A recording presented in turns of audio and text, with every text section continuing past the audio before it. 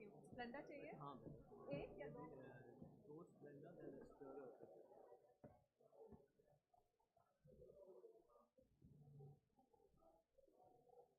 Thank you, sir.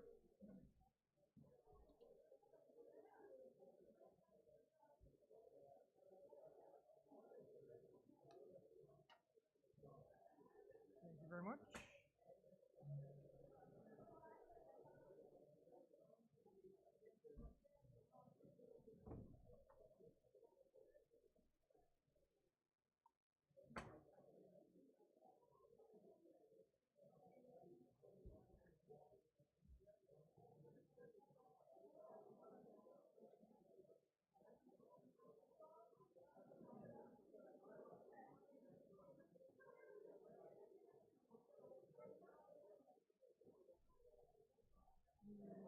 You should be able to, there should be a USB on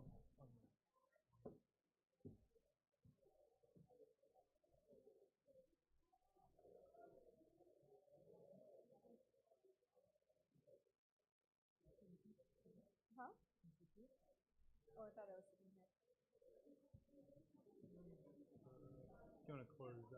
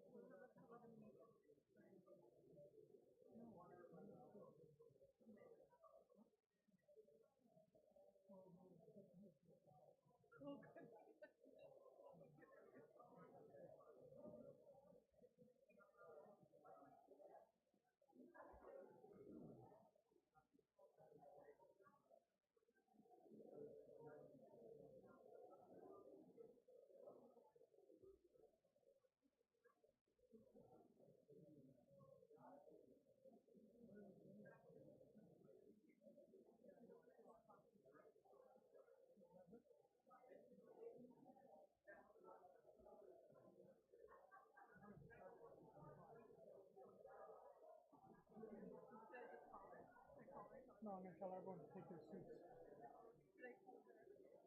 When I tell everyone to take their seats, you'll hear the code.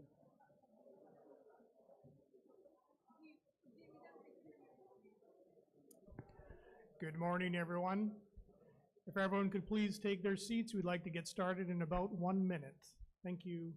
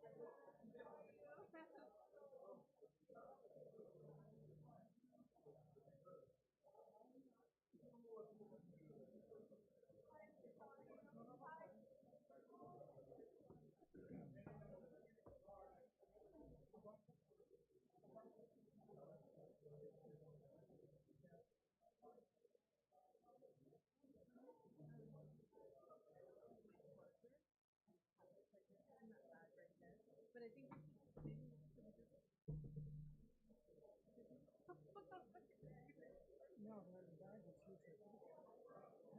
mind just giving it to me? I'll put it in here because I have some notes in it. Thanks.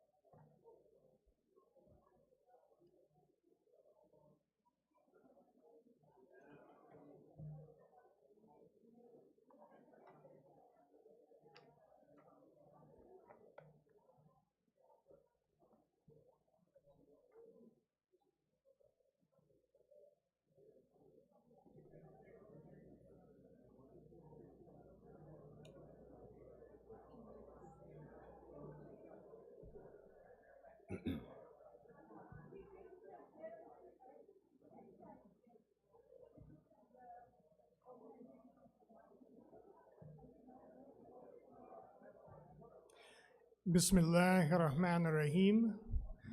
I begin in the name of Allah, the Beneficent, the Merciful. Good morning, everyone. I'd like to welcome you all with the Islamic salutation, Assalamu alaikum, which means may peace be upon you. It is my absolute pleasure to welcome you all to the Lahore Ahmadiyya Islamic Society's 2024 Annual Symposium. We are so grateful for so many from the Interfaith community who participate and join us every year, and we are similarly very thrilled with many new faces joining us today. We're excited to present another interesting program for you all, and we really hope that each one of you are going to enjoy your time with us today.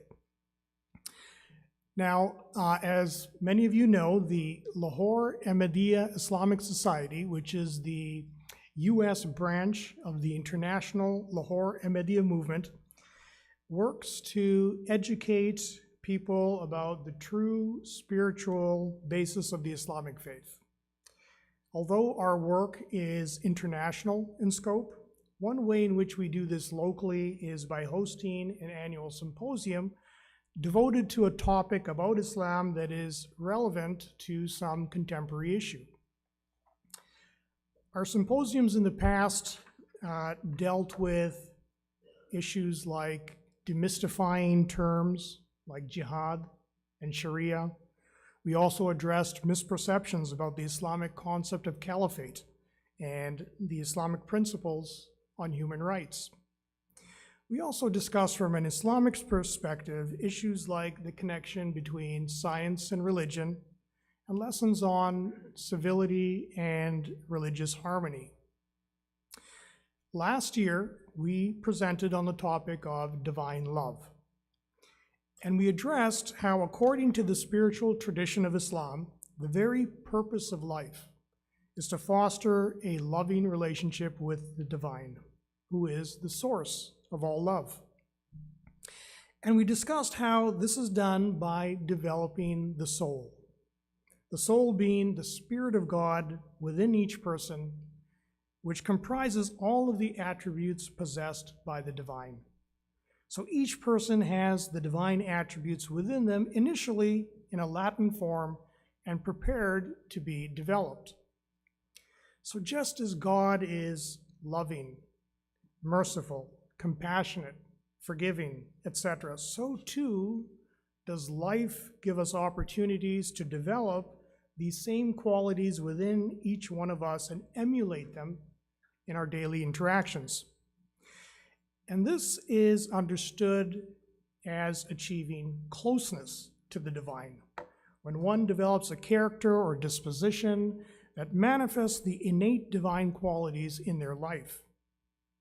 And as we explained, that in the spiritual tradition of Islam, this state of being is referred to as union with the beloved, the divine being every person's true beloved or soulmate, so to speak. Now, the soul that has achieved this elevated spiritual state has been portrayed in the spiritual tradition of Islam as a bird in flight, soaring above the confines of this material world, freely enjoying harmony with the heavenly space above. And this notion is reflected in the title of our symposium today, The Bird of the Soul. This metaphor of the bird in flight, representing the spiritually elevated soul that has attained union with the divine, is found in the writings of Muslim saintly personalities throughout the centuries. Maulana Rumi, of whom I'm sure most, if not all of you are aware, for instance, explains this mystical concept in the following way. He writes, "This is love, to fly toward a secret sky." Maulana Rumi also explained how achieving this spiritual state of closeness with the divine is the real objective or purpose of life. He writes, "You were born with wings. Why do you prefer to crawl through life?" And the basis for this metaphor of the bird representing the spiritually elevated soul is found in the Holy Quran itself. In this particular verse, chapter 6, verse 38 of the Holy Quran, it states, "And there is no animal in the earth, nor bird that flies on its two wings, but they are communities like yourselves."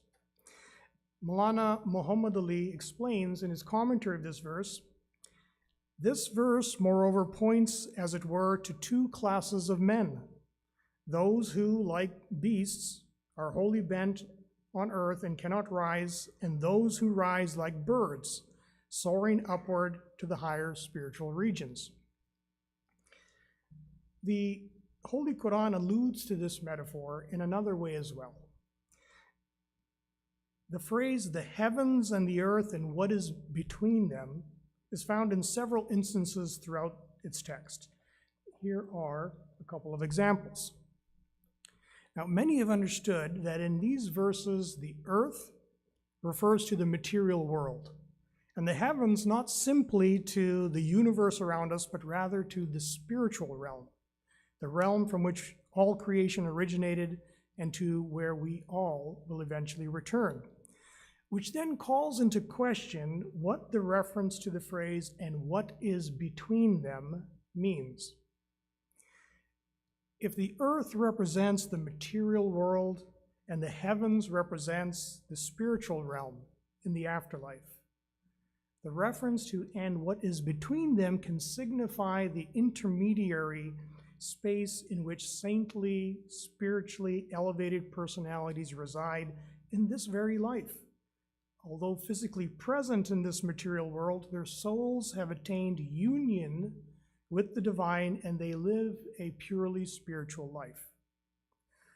Such persons experience a different type of death in this life. It is a death to the material desires of this world. Now, the connection between the spiritually elevated soul and the bird in flight is then suggested in this verse. It states, "Seest thou not that Allah is He whom do glorify all those who are in the heavens and the earth, and the birds with wings outspread? Each one knows its prayer and its glorification, and Allah is knower of what they do." So in this verse, the reference to the heavens and the earth appears again, but instead of the phrase "and what is between them," the phrase "and the birds with wings outspread" replaces it, thereby depicting the spiritually elevated souls who exist in this life as birds with wings outspread.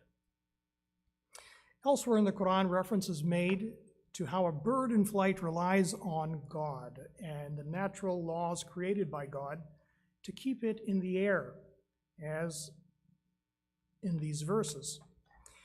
And this has been interpreted as an analogy for how the spiritually elevated soul also, just like the bird in flight, places its complete reliance in God and loses itself in the trust of God's support.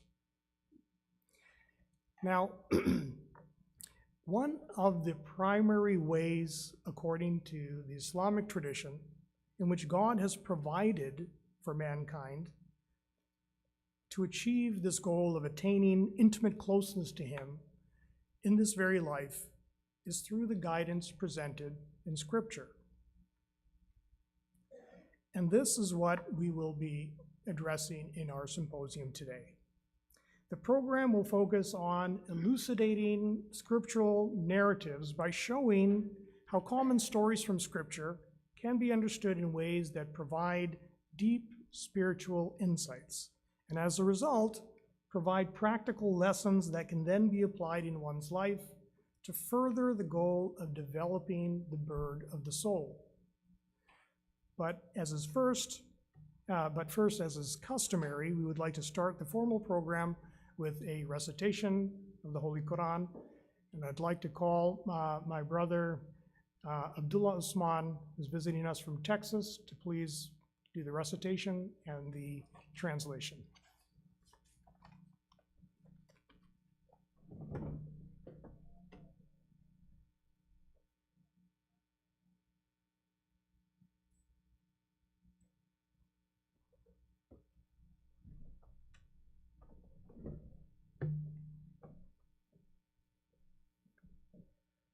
أعوذ بالله من الشيطان الرجيم. بسم الله الرحمن الرحيم. والفجر وليال عشر والشفع والوتر والليل إذا يسر هل في ذلك قسم لذي حجر ألم تر كيف فعل ربك بعاد إرم ذات العماد التي لم يخلق مثلها في البلاد وثمود الذين جابوا الصخر بالواد وفرعون ذي الأوتاد الذين طغوا في البلاد فأكثروا فيها الفساد فصب عليهم ربك سوط عذاب إن ربك لبالمرصاد فأما الإنسان إذا ما ابتلاه ربه فأكرمه ونعمه فيقول ربي أكرمن وأما إذا ما ابتلاه فقدر عليه رزقه فيقول ربي أهانن كلا بل لا تكرمون اليتيم ولا تحاضون على طعام المسكين وتأكلون التراث أكلا لما وتحبون المال حبا جما كلا إذا دكت الأرض دكا دكا وجاء ربك والملك صفا صفا وجيء يومئذ بجهنم يومئذ يتذكر الإنسان وأنى له الذكرى يقول يا ليتني قدمت لحياتي فيومئذ لا يعذب عذابه أحد ولا يوثق وثاقه أحد يا أيتها النفس المطمئنة ارجعي إلى ربك راضية مرضية فادخلي في عبادي وادخلي جنتي. Translation. In the name of Allah, the Beneficent, the Merciful. By the daybreak, and the 10 nights, and the even and the odd, and the night when it departs. Truly in this is an oath for people of understanding. Have you not considered how your Lord dealt with Ad of Iram, having lofty buildings, the like of which were not created in the land, and with Samud, who hewed out rocks in the valley, and Pharaoh, the Lord of hosts, who exceeded limits in the cities, and made great mischief therein. So thy Lord poured on them a portion of chastisement. Surely thy Lord is watchful. As for man, when his Lord tries him, then gives him honor and favors him, he says, my Lord honors me.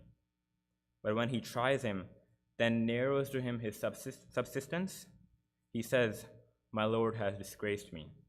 Nay, but you do not honor the orphan, nor do you urge one another to feed the poor, and you devour heritage, devouring all, and you love wealth with exceeding love.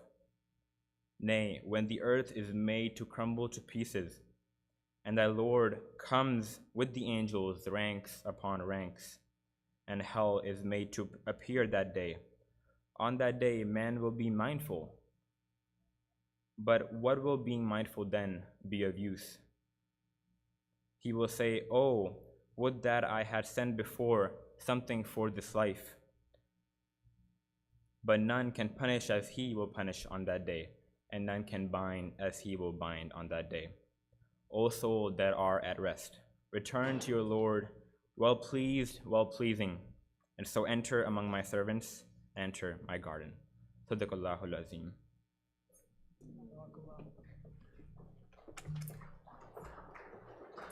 Thank you so much, Brother Osman. Abdullah. So I'd like to tell you a short story. And so the story is about a man who was not religious, didn't believe in God. This man went for a hike one day in a beautiful trail, lush trees. There was a creek running nearby, very peaceful, serene atmosphere.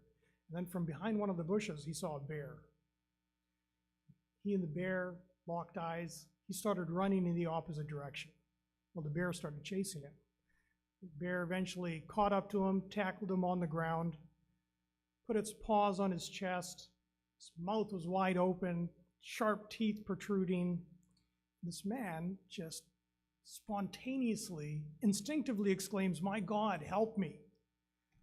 Well, he heard a voice. It was the voice of God. God told the man that he had heard his plea and he would grant him what he desired. So the man was relieved and very grateful, but he still didn't want to be religious. So he wished that the bear would be religious. Now, all of a sudden, he sees the bear's paws come off his chest. The bear's mouth closes. The bear has this calm, peaceful, serene look on its face. The bear puts his hands together, looks up and says, "Thank you, Lord, for this meal I'm about to receive."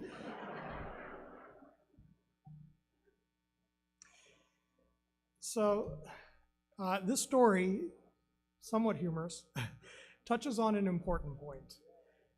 There are many people who are not religious and choose not to believe in God.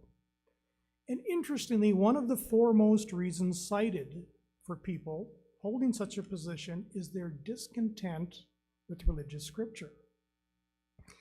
It is quite common nowadays for the historical veracity, the scientific plausibility, and even the morality of the lesson from scriptural narratives to be called into question, causing religion, the concept itself, regardless of which faith tradition, to be viewed as implausible and inconsistent with the knowledge and experience of the modern world.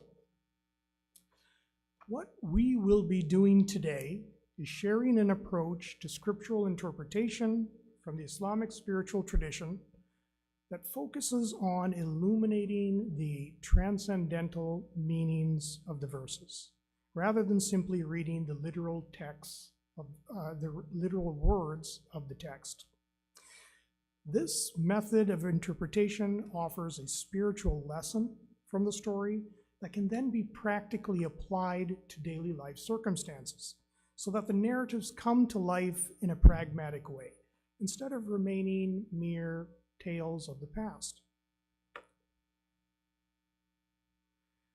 This approach to understanding Scripture is based on the Quran's prescription to read Scripture with the understanding that some of its verses are decisive and to be taken literally, and others are allegorical and therefore to be viewed as illustrative of an underlying lesson that is intended to provide deeper meaning to the decisive verses, not detract from them or contradict them.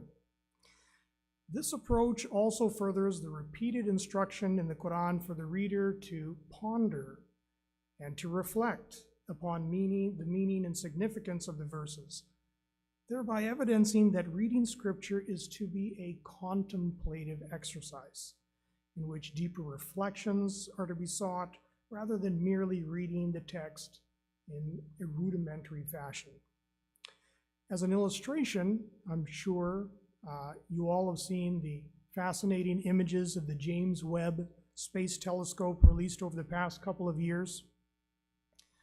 The James Webb Space Telescope's high resolution and sensitivity allow it to view objects that are too old or too distant or too faint for the Hubble Space Telescope. And these images remarkably enable observation of the first stars, the formation of early galaxies, and even the atmospheric properties of potentially habitable planets, images that are simply unattainable through the use of other telescopes. Now, in the same way, the deeper spiritual insights from Scripture, when they are appreciated, the verses become clearer. It is as if viewing something new, but in reality, it is only the lens by which one perceives the verses as having changed. What appear to be mere stories of old are given new light and new life by the narrative being appreciated in a purer, more vibrant, more constructive way. So, with that, we will proceed with the presentations on 3 popular stories from the Holy Quran and open the cage door, if you will, from strict literalist interpretations to an understanding of the deep spiritual insights embedded in the text. As for your program, Dr. Noman Malik will present on the story of Adam, Dr. Zainab Ahmed will present on the story of Noah, and Dr. Aisha Khan will present on the story of Moses and his interactions with the mysterious figure Al-Qadr. We will also have some reflections on mystical interpretations from an interfaith perspective by our dear friend, Professor Michael Burkle. And after lunch, we will have a special presentation by another dear friend of our community, Professor Omid Safi, on the classical work, The Conference of the Birds, or The Speech of the Birds, by the renowned 12th century Sufi philosopher and poet, Fariduddin Attar.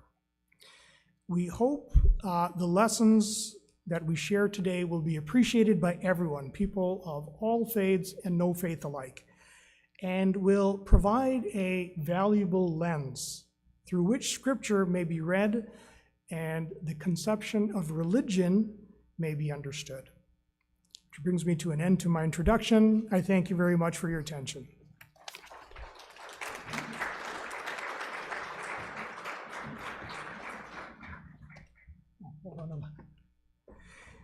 So our first presentation will deal with the fascinating story of Adam as presented in the Holy Quran. The topic is a perfect illustration of how stories from Scripture, if understood as allegories, can bring to light an entirely new perspective, one that offers deep insights into the purpose of creation, the nature of man, and the relationship between man and God. And it is a perspective that is consistent with the fundamental principles of the faith, as dictated by the decisive verses. And most importantly, it provides a practical lesson, a moral to the story that can then be applied to one's life. Our presenter is Dr. Numan Malik. Dr. Malik is a retired pathologist by profession. He is a director of the Lahore Ahmadiyya Islamic Society, I believe for over 4 decades, maybe 5 now. And along with Mrs. Samina Malik, shoulders the responsibilities of the publication work being done by the Society around the world. I present to you Dr. Numan Malik.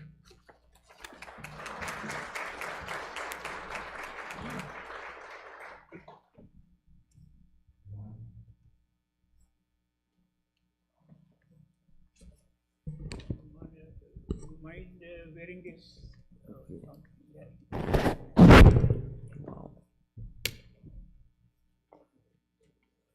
I'm glad Fazil said decades, not centuries. Well, good morning, everyone, and Assalamu alaikum. Peace be upon you. My presentation today is on the story of Adam as presented in the Holy Quran. To begin, it is important to note that metaphorical and allegorical interpretations of a Quranic narrative often produce valuable spiritual insights which otherwise are not appreciated by a simple literal interpretation.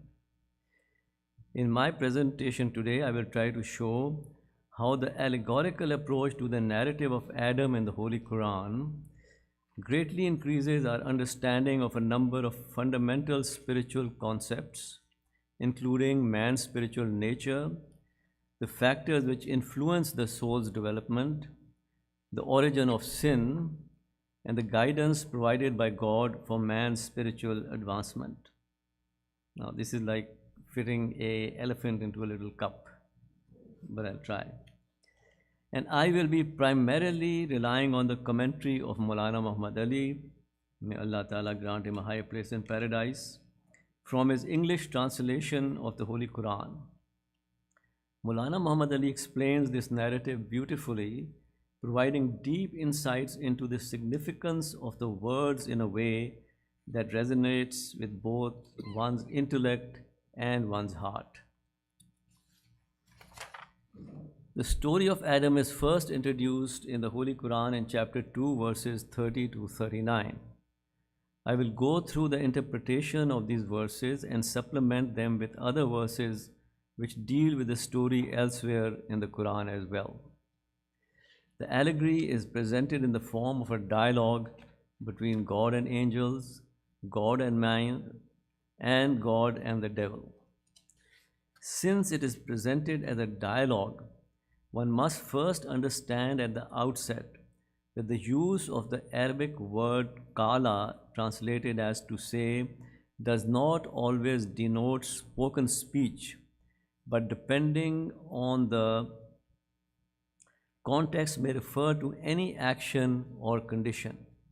In other words, its use in the classical Arabic language may apply to situations or circumstances in which, quotes open, the condition speaks for itself, quotes close.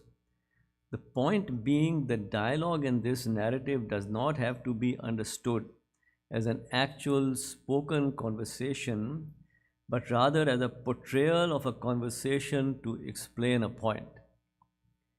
The account of Adam begins with chapter 2, verse 30, in which it states, "And when thy Lord said to the angels, I am going to place a ruler, Arabic Khalifa, in the earth, they said, Wilt thou place in it such as makes mischief in it and sheds blood? And we celebrate thy praise and extol thy holiness. He said, Surely I know what you know not. In order to appreciate the meaning of this verse, one must understand what is meant by angels and ruler, or Khalifa as in Arabic. Angels are non-corporeal beings which have two functions. One is that of controlling the forces of nature in the physical side, and the other is to act as intermediaries between God and man on the spiritual side. The ruler or Khalifa in Arabic is defined as the successor or one who judges among or rules the creatures of Allah by his command. The reference therefore being to the whole of mankind. This definition of mankind being in a position of custodianship of the earth has a special meaning for us in our times. At the time of the revelation of the Holy Quran, or a few centuries later even, the imprint of man on the environment was by and large insignificant. But in modern times, when we can affect whole ecosystems in ways which may easily wipe out entire species, the position of ruler or Khalifa granted by God to mankind becomes more self-evident and profound. The allegorical dialogue between God and angels continues in this verse, with the angels questioning whether this ruler God is placing on the earth will make mischief in it and shed blood.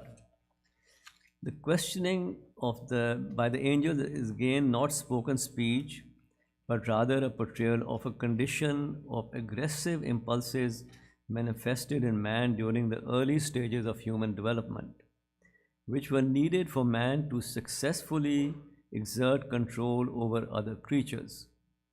This aggressive aspect in man, characterized by bloodshed and mischief, seemed to run contrary to the praiseworthy truth and order prevailing in creation. Hence, the questioning of the angels in this allegory. The response by God, Allah Almighty, "Surely I know what you know not," indicates that despite the aggressive outward appearance of man, God, who is the knower of the seen and the unseen, is aware of another aspect of man's essence. That in addition to man's lower base impulses, man has latent in him the potential for doing the greatest good as well.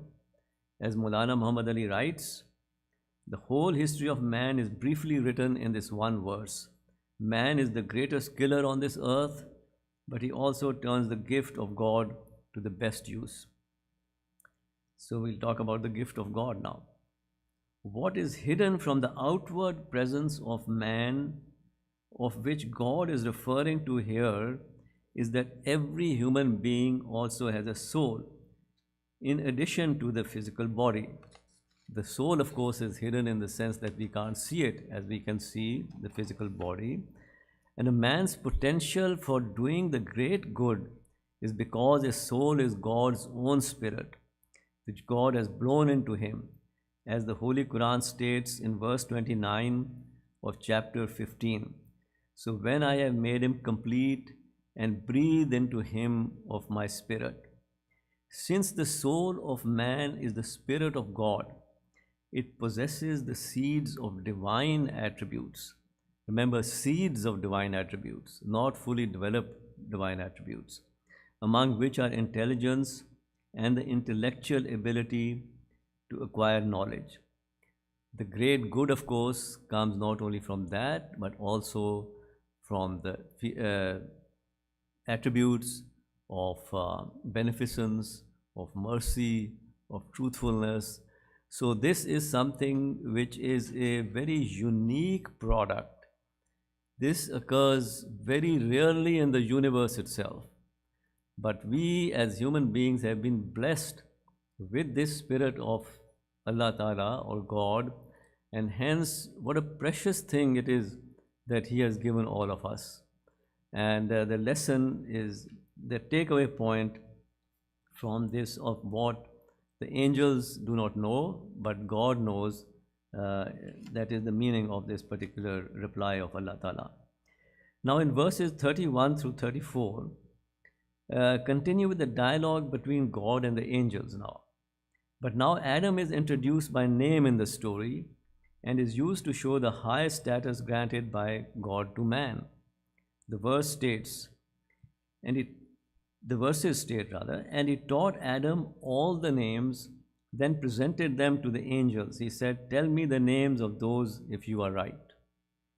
They said, "Glory be to thee. We have no knowledge but that which thou hast taught us. Surely thou art the knowing, the wise." He said, "O Adam, inform them of their names." So when he informed them of their names, he said, "Did I not say to you that I know what is unseen in the heavens and the earth, and I know what you manifest and that what you hide?"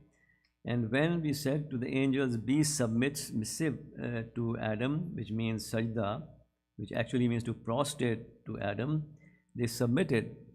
But Iblis did not. He refused and was proud, and he was one of the disbelievers. Note that Iblis is proud, he is one of the disbelievers, he is not of the angels. He is another class of beings which Allah Ta'ala has created. There are many deep insights contained in these verses concerning the nature of man and his spiritual development.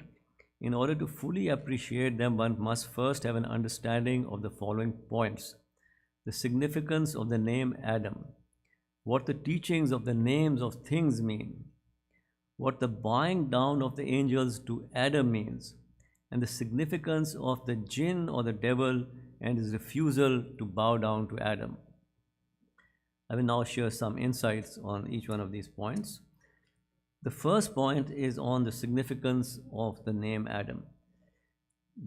That needs to be understood is that Adam is generally taken to be the proper name for the first man. Neither in this narrative nor anywhere else in the Holy Quran is it affirmed that Adam was the first man or that there was no creation before him. On the other hand, great Muslim theologians and divines throughout history have held that there were many Adams, thousands of Adams before the great ancestor of our particular species. Our particular species, yes, because each one of us in this room is descended from one man. Of course, he had a wife also, Eve, so we'll come to that. But we are all from one man who lived in Northeast Africa. And then it is from this point where humanity is scattered all over. All of the North and South American Indians, for instance, are descended only from 10 men.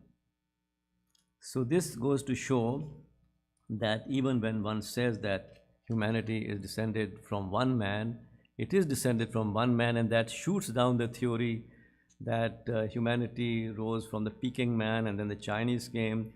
They always profess that the Peking man was smarter than the Neanderthals, so we are smarter than everybody else.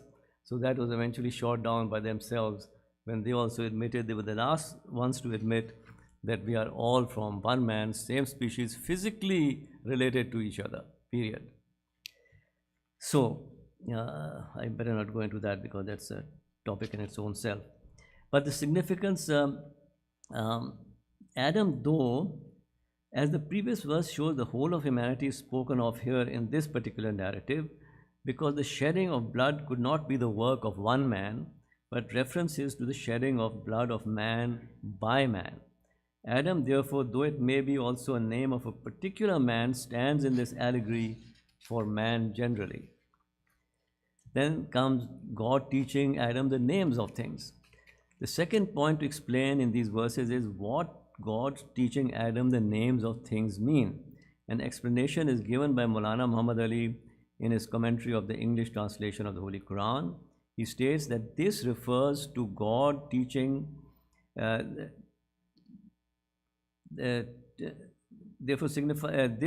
teaching the name, Adam the names of things, signifies the vast capability endowed in man and the superiority of his knowledge to that of the angels.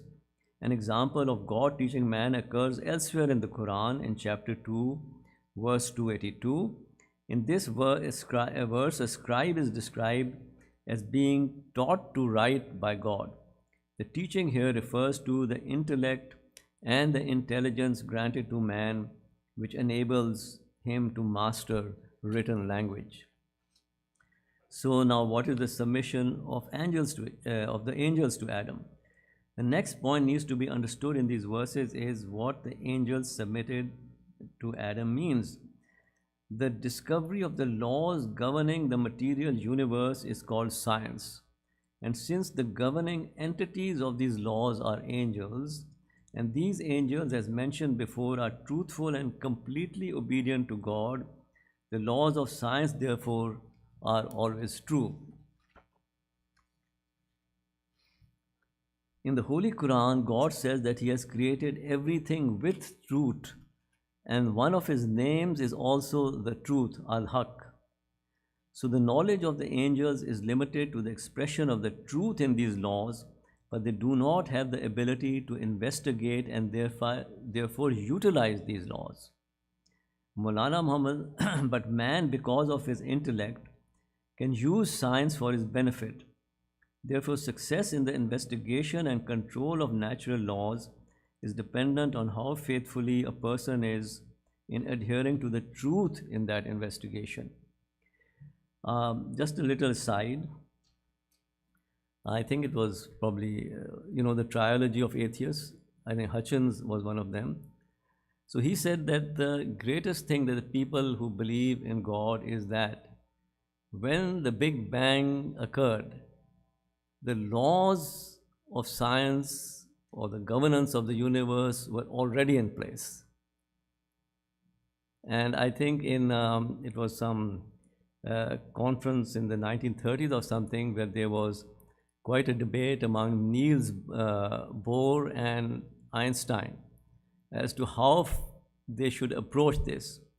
So Einstein wanted to go really into the theory or the philosophy of what the meaning of the universe is, because they were seeing all these laws of the universe which seem to arise from one source, which seem to have an intelligence. How did this intelligence come about? Niels Bohr said that you put your head down and calculate, and he carried the day that day. So scientists, when they go into particle physics, still put their heads down, blast the atoms, and then they calculate. But it's always under a what you call strict laws. So this is what the Spirit of God within us is able to understand and utilize for our benefit. But man, because of his intellect, can use science to his benefit. Therefore, success in the investigation and control of natural laws is dependent on how faithfully a person is in adhering to the truth in that investigation. And that is the reason why Western science has progressed. There is Chinese science and maybe even the Muslim science too, which was heavily influenced, of course, by Greek thought. But it is the true genius of Western science which leads us to our civilization and technological superiority that we have right now is due to the fact that scientists will always follow the truth of their experiments. If any scientist tries to forge something, he's immediately kicked out of the university, period. You have to go to the truth, and that is, of course, God's truth they are actually following in the universe. Maulana Muhammad Ali comments on the submission of the angels submitting to Adam in the following way. He writes, "It must be remembered that Adam throughout this section stands for man generally, so submission is not limited to one particular man, it is to man generally as well. Secondly, it has already been shown that man has a superiority over the angels on account of his great gift of knowledge of things, being able to investigate the laws of nature, the angels being the controlling powers or forces of nature. By this knowledge, man could harness the forces of nature and exercise control over them. In other words, the angels submit to him." Now, going on to verse 34, a new entity, Iblis, is introduced in the narrative. Commenting on the nature of the devil, Maulana Muhammad Ali discusses the two names given to the devil, Iblis, also known as Diabolus in the West, and Shaitan, Satan. He writes, it should be borne in mind that Iblis, Diabolus, and Satan, Shaitan refer to one and the same being. The word Iblis is used when the evil one's evil is limited to himself, or Iblis is the proud one and Satan the deceiver or remote. The same entity is thus mentioned under two different names. Iblis, therefore, stands for the lower desires which keep man off from bowing down before God and seeking His mercy, and Satan incites the lower desires of man to lead others away from the path of rectitude. In our current civilization, we can see this easily, where being of a certain color makes you automatically superior over others of a different color. Or you speak one type of language with one accent and you become superior to anybody who can't do the same thing. So this is the Iblis within us. Saturn, of course, is when we try to spread these kind of poisonous theories in society itself and mislead others. The nature of this entity, the devil, is characterized by arrogance, as it states in verse 34 that he was proud. The Quran therefore clarifies the proud and arrogant nature of the devil in chapter 7, verse 12. It states, He, God, said, what hindered thee that thou didst not submit when I commanded thee? That is to bow down to Adam. He, the devil, said, I am better than he. Thou hast created me of fire, while him thou hast created of dust. This now explains the significance of Iblis, or the devil, not bowing down to Adam. The arrogance of the devil caused by his fiery nature is contrasted with the creation of man from dust, which signifies humbleness and humility. The essential qualities for emulating the divine attributes, for without humility there can be no spiritual progress. The point being that the devil refuses to submit, believing his fiery nature is better than the humble origins and essential nature of man, which was created not for mere material acquisition through pursuing base desires, but rather for the higher purpose of spiritual development. We are also told elsewhere in the Quran that Iblis was not an angel, but rather that he was of the jinn, that chapter 18, verse 50.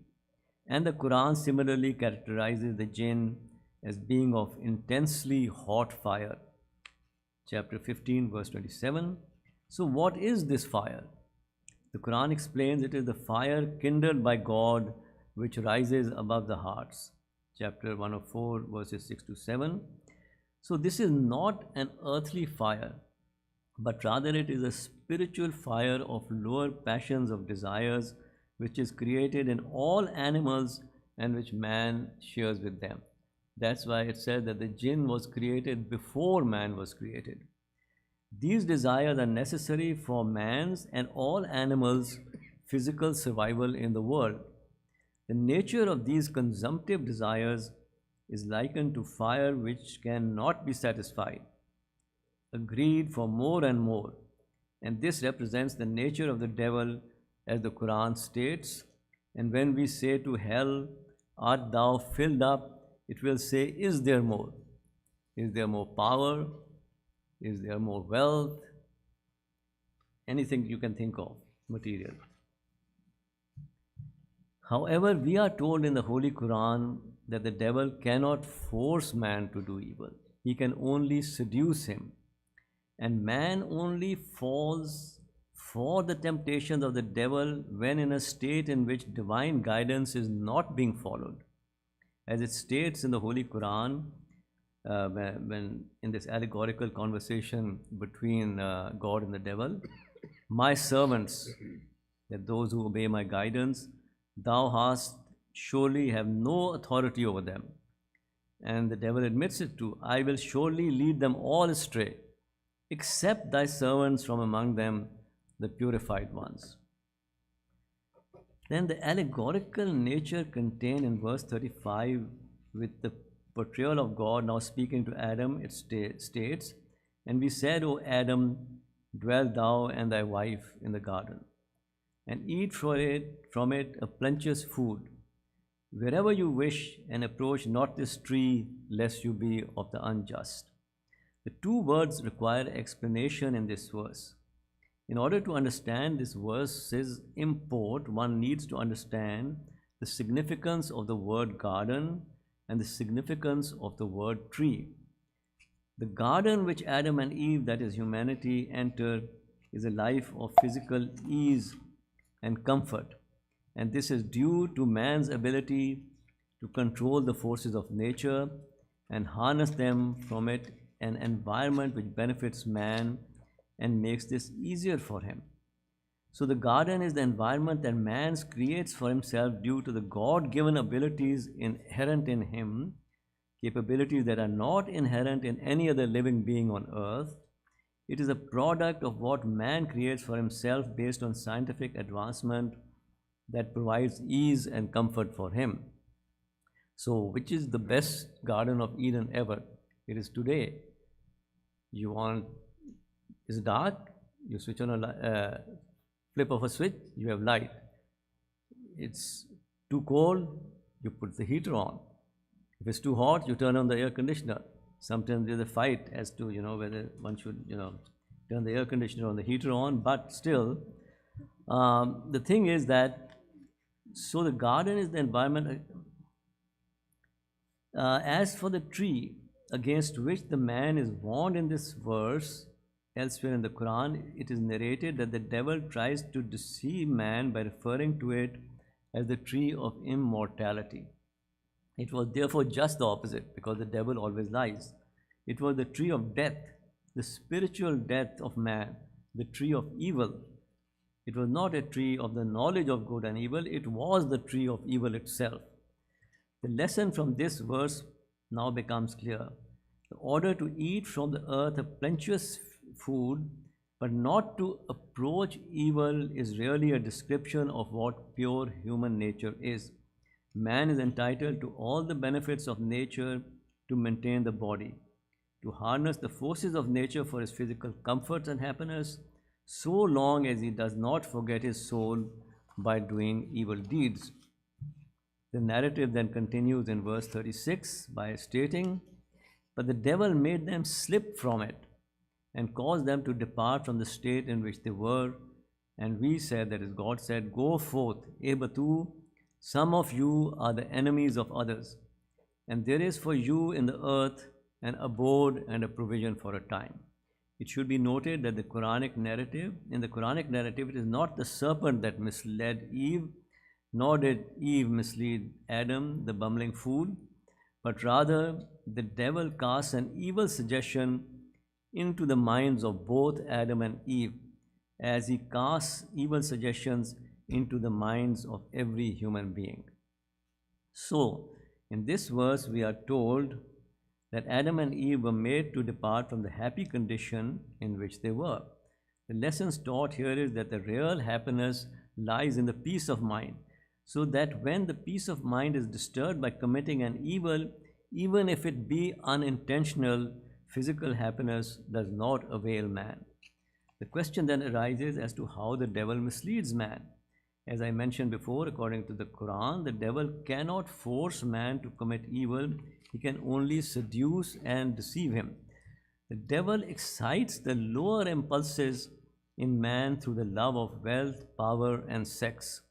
These are natural urges which man shares with animals.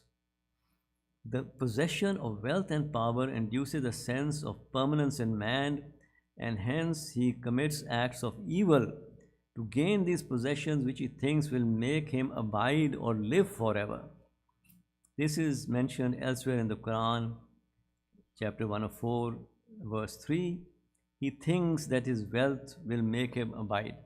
Before that, in the verse it says, he earns wealth and then he counts it again and again because he thinks it will make him abide, which I think is appropriate for today's condition as well too. The second word which needs explaining is the expulsion of Adam and Eve, translated as Ebatu, go forth. What this refers to is this new condition which man finds himself when he submits to his low desires. This new condition is that of mutual enmity of one to another, the tyranny of man to man being undoubtedly the greatest evil which man can commit. The use of words, some of you are the enemies of others, show clearly that this address is not to Adam and Eve alone, but to all of mankind in general. And the words "an abode and provision for a time" refers simply to man's life on this earth, man's span of life on this earth, which is limited as compared with the external, or rather the eternal life of the next world. The narrative ends with the following 3 verses. Then Adam received revealed words from his Lord, and he turned to him mercifully. Surely he is oft returning to mercy, the merciful. We said, go forth from this state all. Surely there will come to you a guidance from me. Then whoever follows my guidance, no fear shall come upon them, nor shall they grieve. And as to those who disbelieve in and reject our messages, they are the companions of the fire. In it they will abide. Commenting on these concluding verses, Maulana Muhammad Ali explains, this section is now closed with the statement of a general law that divine revelation will be granted to the whole of humanity, and prophets will appear from time to time, and that it would be followed by following the guidance sent by God through his prophets that man will attain to perfection. The state of perfection is described as a state in which no fear shall come upon them, nor shall they grieve. The man who truly follows divine revelation shall have no fear of the devil misleading him, nor for he has subjugated his devil, nor shall he grieve that he wasted the opportunity given him in this life, for he turned it to the best use. So, despite man having the animal desires and instincts inherent on him, and being tempted by the devil to manifest these desires in selfish and destructive ways, God provides man guidance in the form of divine revelation and the examples of the prophets of God, so that man may attain his true purpose in life, which is to attain closeness to the divine by developing his souls or the attributes within it. So, to end, the moral of the story of Adam, or narrative of Adam, from the Quranic narrative, the takeaway lesson, if you will, is that man is able to acquire mastery over material world due to his ability to harness the forces of nature as he possesses intelligence and intellect. But the same man is in need of spiritual guidance to control his lower nature, comprising of base animal desires and instincts. In essence, man is powerful against all, but weak against his own self. I'll end by making one last comment. We can see that there is so much more to the story of Adam when it is understood as an allegory. And the key terms in the narrative are defined by how these terms are explained in other parts of the Quran. The story then takes on a whole new life. It no longer is simply a story about a fanciful past event, but instead becomes a source of spiritual guidance that provides a pragmatic lesson that can be practically applied to one's life to achieve the ultimate goal of religion, which is to form an intimate bond of closeness with God. And understanding the spiritual insights in the story of Adam then helps one to better appreciate other stories in the Quran. It provides a foundation for how to understand stories and allegories and what spiritual significance is of these stories. For instance, and in keeping with the theme of our program today, the Quran mentions how Jesus, who Muslims consider to be a great prophet of God, bringing spiritual guidance to the people of Israel, fashioned out of dust or clay a bird, then after breathing into him, it became a real bird that flew. Now, having learned from the story of Adam that all men are created from dust, and that God provides guidance to man by sending prophets so that they may not only be earthly and material beings, but also spiritually elevated souls, the spiritual significance to this reference of Jesus creating birds becomes clear. It is a reference to how Jesus was able to breathe spiritual life into people, so that far from their humble origins of being created by dust, they would be able to become spiritually elevated souls like the birds flying in the air towards God. And Maulana Muhammad Ali, in his commentary, also states, and this was the conditions of the disciples of Jesus. Most of them were ordinary, humble men with ordinary, humble cares. But when the Master taught them the spirituality of the divine, that is when they abandoned all and then went out into the world. And this spiritual insight is beautifully encapsulated in the poetry of Maulana Rum. He writes, "Come soul, you are Jesus and I am your bird. You made a bird out of clay. When you breathe into me, I take flight for the highest." I will end here. I hope I was able to do some justice to the topic. Thank you very much for listening to me. Assalamu alaikum. Peace be upon you.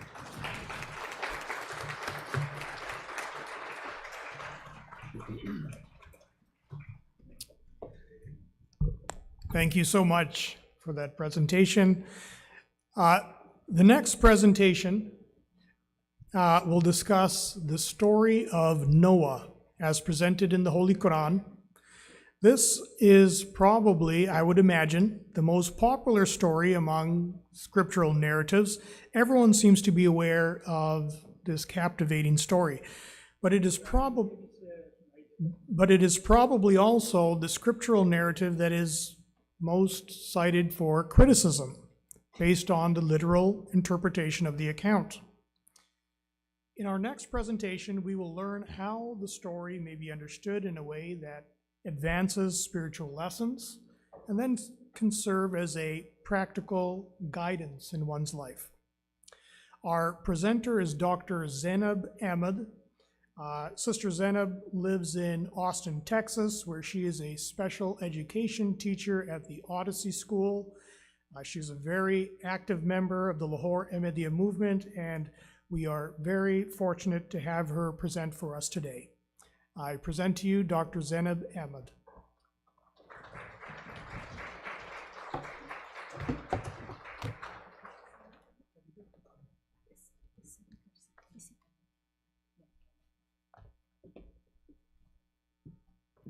Assalamu alaikum, everyone. Greetings of peace to everyone. Let me just get my stopwatch on. Yes. So I begin in the name of the merciful God with the Quranic prayer of anxious public speakers recorded from the Prophet Moses. My Lord, expand for me my heart, ease for me my task, and you untie the knot from my tongue that they may understand my speech. Today I will be discussing some reflections from the life of the Prophet Noah, talking about their relevance in our lives and how they help us find refuge in turbulent times. So the story of the Prophet Noah appears across all scriptures. It appears in the Hebrew Bible, in the book of Genesis, in the Quran, and the Baha'i writings, as well as the Druze faith, and is even referred to in the Mesopotamian epic of Gilgamesh. The Quran contains 43 references to Prophet Noah, spread over 28 chapters. And so a little bit here, a little bit there, and that's how the story is given. But the 71st chapter is Surah Nuh, is named after him. And this underscores the timeless relevance of the narrative. My hope is that today we can all find ourselves in this story and connect a bit more with it. Maybe you're already connected to it, but let's move a little bit further. So the stories of the prophets, instead of seeing them, as other speakers have said, as tales of the ancients, they are actually case studies of human nature and behavior, highlighting the attitudes that drag us down and the ones that lift us up. So let's move step by step through this story while we reflect on some key points. So basically, there was wickedness on earth. We're not told exactly what wickedness, but we do know that through the Quran, that Beliefs are not held accountable in this world, but it is actions that stem from those beliefs that lead to transgressions on earth that are punished. So the prophet Noah is sent, who guides, he warns, he preaches for about 950 years. And generally, he's rejected and ridiculed. The downtrodden, the humble people in society accept him, and the chiefs even ridicule him for that only the poor people are with you, and they ask for him to bring the punishment. They also threaten to stone him to death, and it is at this point when they threaten to take his life that Prophet Noah asks for the judgment from God, and God reveals a command to build an ark that only the righteous shall board. His own wife is a disbeliever. He is asked to carry pairs of each kind, and he embarks in God's name. Water pours forth from the land and the sky. There are waves like mountains, the Quran says. His own son at that point refuses to board the ark when invited, and he is drowned. Then the storm abates. The ark rests on Mount Judy. Prophet Noah pleads with God for his son, thinking that he is part of his family, and God reminds him what family really is. And then the prophet Noah turns back to God with this new understanding, and he and his descendants are blessed, and they live in the earth for a while. So, where are we in this story? This is the question that comes up. So let's look at a simplified overview of this story. If we apply it to our lives, a change is desperately needed. This is not a small change, but something that's really badly needed in our lives. And then the relevant messages are made clear, because God is merciful and always sends messages. And how is that message met with? The people who are given the message face doubts, they refuse, they accept, they reject, they ridicule. And then reminders are given of the inevitable consequences. And then there are usually two groups at the end. The acceptors are receptive, and they respond and they make changes. And the rejectors reject and reject and reject till they face the natural consequences. So the question is, where are we? It's for every person to think for themselves.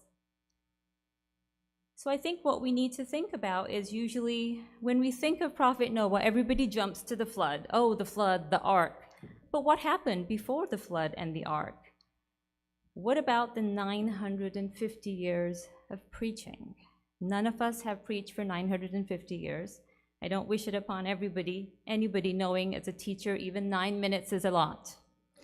So, however we understand that time period, whether it's literal or metaphorical, it was a very, very long time. So in chapter 71, entitled Noah, in verses 5 to 17, we are given some details of this process. So I'm quoting from the Quran. He cried, "My Lord, I have surely called my people day and night, but my calls only make them flee the more. And whenever I invite them to be forgiven by you, they press their fingers into their ears, cover themselves with their garments, persist, and are big with pride. Then I certainly called them openly. Then I spoke to them in public and spoke to them in private, saying, 'Seek your Lord's forgiveness. He is truly most forgiving. He will send down upon you rain, pouring in abundance, and help you with wealth and children, and make for you gardens and make for you rivers. What is the matter with you that you hope not for greatness from Allah?'" This verse I'll repeat. What is the matter with you that you hope not for greatness from Allah? So these verses show us the sincerity and the tirelessness of Prophet Noah's preaching. And the last verse shows the ultimate objective. So where are we once again in this story? Maybe we are the ones giving a message in every possible way and feeling like we are banging our head against a wall. If we get tired and frustrated quickly when someone doesn't accept what we're trying to say, or when someone misunderstands our intentions, there is a lesson in this for us. Or maybe we are the ones being given a message that we are closing our ears to. So in order to find ourselves in this story, we need to think if we are willing to accept advice with an open mind. It is very unpopular to give advice unless you're a YouTuber. So what's most common is that people just brush off the advice giver, which is the fingers in the ears. You just don't understand, you just don't get it, or don't judge, or you remind the other person of their faults, which is what the Quran calls saying that you're just a person like me, so why would you advise me? Or we also just close our hearts and minds, which is a way of clinging to our old ways. When are we open, receptive, and reflective when someone gives us advice? And among all the messages coming to us, how do we know when someone is a true advisor? The Quran guides us on all matters, and it says about this that the person who does not seek any reward for themselves is the one who is the true advisor. There's nothing in it for them. They're just doing it from the goodness of their hearts. So moving on, what is known as the plain warner? Let's think about what floods us or overwhelms us. That image of the flood, of being totally overwhelmed. There's so many things that we can think of. I think every person might have their own list. I just put some things on the slides. And since both literal and metaphorical floods are a regular feature of life, we must learn to build and maintain our ark so we have a place of refuge. We cannot have a structure that washes away each time the going gets rough. It's kind of like having a good insurance policy so that when disaster strikes, we are not at a complete loss. We also need faith that our imperfect efforts are covered by the mercy of God, so we are not feeling pressured to rely completely on ourselves. So how do we build our ark? Do we get woodworking lessons? What do we do? So I feel like when I reflected on this, what came up for me was that we live in very peculiar times where authenticity is endangered. We are pushed towards fakeness in our lives, eating fake foods, making profiles and living fake lives. So building an ark is like turning back towards living a very authentic life. This requires a conscious return to our core beliefs so we can derive values from them, and then we can live through those values. This gives us a solid foundation in life, which is unshakable. The Ark of Prophet Noah was a manifestation of his beliefs, his efforts, and his perseverance with them over time. And so how do we become more authentic? Intention setting is an important part of this process, where each action is undertaken mindfully and prayerfully. We see this in the practice of the Blessed Prophet Muhammad, since we have a very detailed account of his life, how he prayerfully attended to even the smallest actions of his life, weaving in the spiritual with the physical. Even when he looked in the mirror, he would thank God for his physical appearance, and then he would pray for beautiful conduct as well. In this way, he was anchored in gratitude, and he stayed aligned with his core values, living them with each step that he took.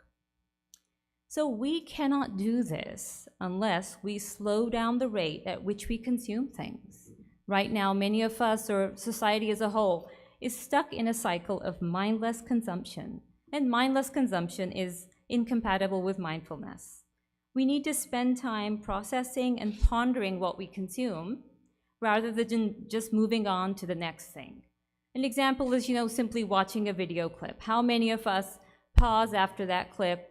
We make a note, maybe we talk about it, maybe we discuss it with someone, we think about the parts we agree, the parts we disagree with. Usually we share it without thinking much, but we don't reflect. So I think watching one good clip and discussing is much better than watching 5 wonderful clips, because it's the reflection that makes that real for us. So more about building our ark, and because whatever challenge life throws at us, God in his mercy has already sent us a solution for that, or given us a structure to feel safe. And so there is a refuge from everything that overwhelms us, and that sanctuary can be found by building a house of God in our hearts, where we can always retreat to in the busyness of life when we are feeling jangled, and to find refuge when storms are threatening us. So mindfulness, meditation, breathing practices have become increasingly popular, and they're backed by solid research as to their benefits.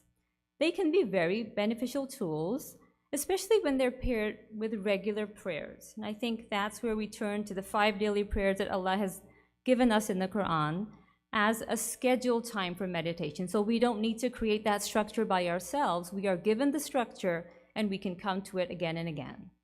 Imagine this, a person immersed in work or study or entertainment or whatever, and then they are being invited to take a merciful break. They wash their hands, their face, their arms. They wipe their head and feet, and they're preparing for an appointment with God, a check-in with the best mentor, a divine embrace, however we want to call it. So the idea is that we never get too far from the center. Just like a mother checking on her child, keeps looking around, calling the child back. So this idea of regular prayer can seem like a chore at first, especially it can seem like a hard thing to do, because when we establish a new habit, it is hard, but slowly it can become the biggest blessing of our lives. So moving on to the story of Prophet Noah, where he is asked to carry 2 of each kind.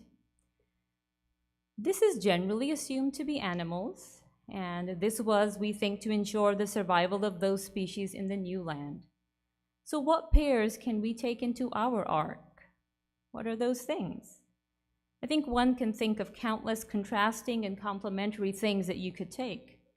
What struck me was overwhelmingly that bad news is coming to us, images of destruction, horrible images, more so recently, that completely flatten us, that, rob us of our peace, and it's really, really hard to deal with them. So how do we keep hope alive? How do we stay positive? And the answer seems to be is to seek out what is beneficial in equal amount, to see the good around us, because the good doesn't come to us. We have to seek it out. The bad, unfortunately, comes without seeking. I remember something that Mr. Rogers, Fred Rogers' mother, said to him when there was a catastrophe and he was overwhelmed. She said, "Look for the helpers. There's always people who are helping." I also came across a very insightful TED Talk by Angus Harvey called "Why Are We So Bad at Reporting Good News?" I recommend that everybody look it up because it was really helpful for me, because there is a lot which is right with the world that we simply do not know about. We're just not aware of it. We're not thinking about it. Ibn al-Qayyim, a famous Islamic scholar, said, "The heart in its journey to God is like a bird. Love is its head, and hope and fear are the 2 wings. When the head is healthy, the 2 wings fly well. But when either of the 2 wings are damaged, the bird becomes vulnerable to every hunter and predator." So right now, our spiritual bird cannot fly if one wing is, small and deformed, and one wing is very big. And so while there are so many reasons to be heartbroken, yes, there are also countless reasons for gratitude and celebration, and the bad cannot cancel out the good. They must coexist side by side if our bird is going to fly. So I'll just mention some recent causes for celebration that I didn't know about till I looked them up. China recently eliminated malaria. Urban bee populations were found to have remained steady over the past few years. Any beekeepers? Because we've been hearing about bees. And the more I seek out good news, the more I find myself mind-boggled literally, because it seems that for every conceivable issue, every problem in the world, there is a group of people already trying to solve it, and they're supporting others around them. So this is just a small sample that I gave you, but the main idea seems to be that we need to find balance in our consumption of news and media in our personal lives. Even what we can do is, if we grumble, we balance it out with a compliment or a piece of gratitude. Or maybe 2, since our brain has a negativity bias. So moving on to the flood itself, I'm reflecting on the word recompense, which comes up a lot when it talks about the consequences of actions. So recompense really means to just give compensation or to return in kind. Maybe you can remember a teacher saying to you, "I don't give out grades, you earn your grades." That's the same idea of recompense. So the question may arise, why was there a flood? Why didn't God just envelop everybody in mercy and somehow make things better without a flood? But this is a simple principle that we observe in our daily lives of natural consequences. God has given us free will, so we can create gardens for ourselves and we can build a fire too. And all scriptures support this concept. When we lead a reflective life, we can sense what we are creating for ourselves. I'll say that again. when we lead a reflective life, right, then we can sense what we are creating for ourselves. If our quiet times are peaceful and serene, we are living in accordance with our values. But if we find ourselves restless, angry, resentful, jealous, and then we try to distract ourselves with something, we can hopefully remedy the cause of these states rather than running away from them. So coming back to that metaphor of the bird and the Rumi quote, which really is, we can't reflect, I feel like, enough upon it. God has given us all great wisdom that we can access at any time.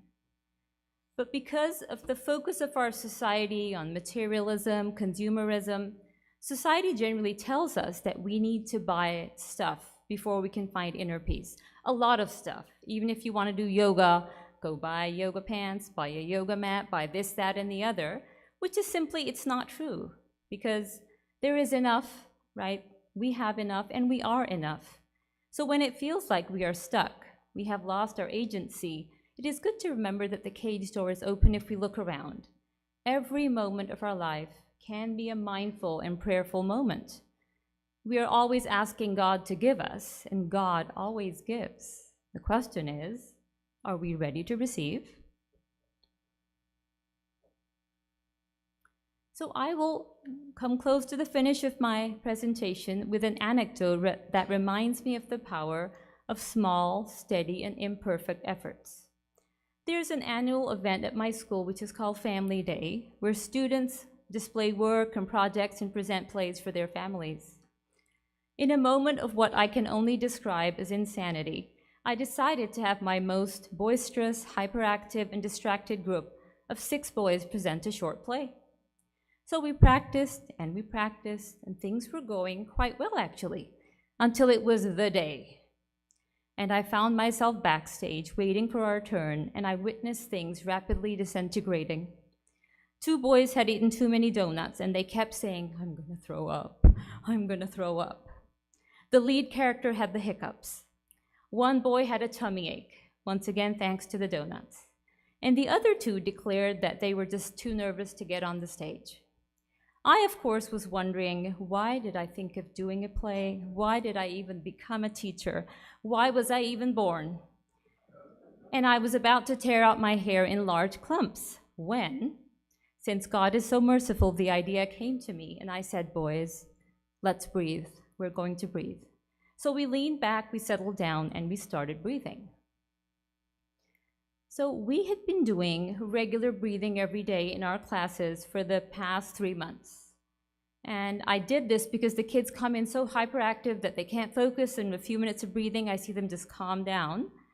And so they required extensive coaching to breathe. These boys are not little Zen masters. They still needed reminders constantly to stop making snoring noises, to not fake hyperventilate, to not make faces or poke each other. And as I would model or try to model the mindful breathing time, I would have to open one eye and look at them to make sure they hadn't all run away by the end of the few minutes. And so whenever I squinted at them, I would find a couple of them squinting back at me. The main idea is that this meditation was definitely a work in progress. It was not something that was done perfectly or regularly. And also, many times I was wondering, is this even working? Why am I wasting my time? Could I just throw another vocabulary word at them? But coming back to the fiasco that we had backstage, it actually worked. We all got on stage, and this group of the most hyperactive, donut-powered boys ever created by God, in my humble opinion, they actually did extremely well. So small efforts do pay off. We had been building our ark day by day, even though I didn't know that we were building our ark, but we boarded it when the flood came.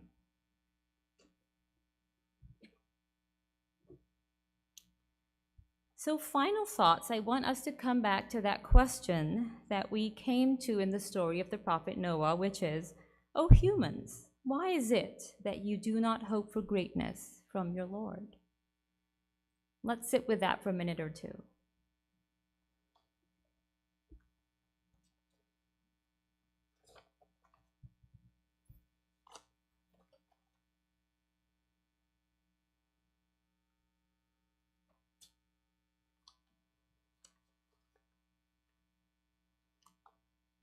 And a few more moments as I'm looking for my paper.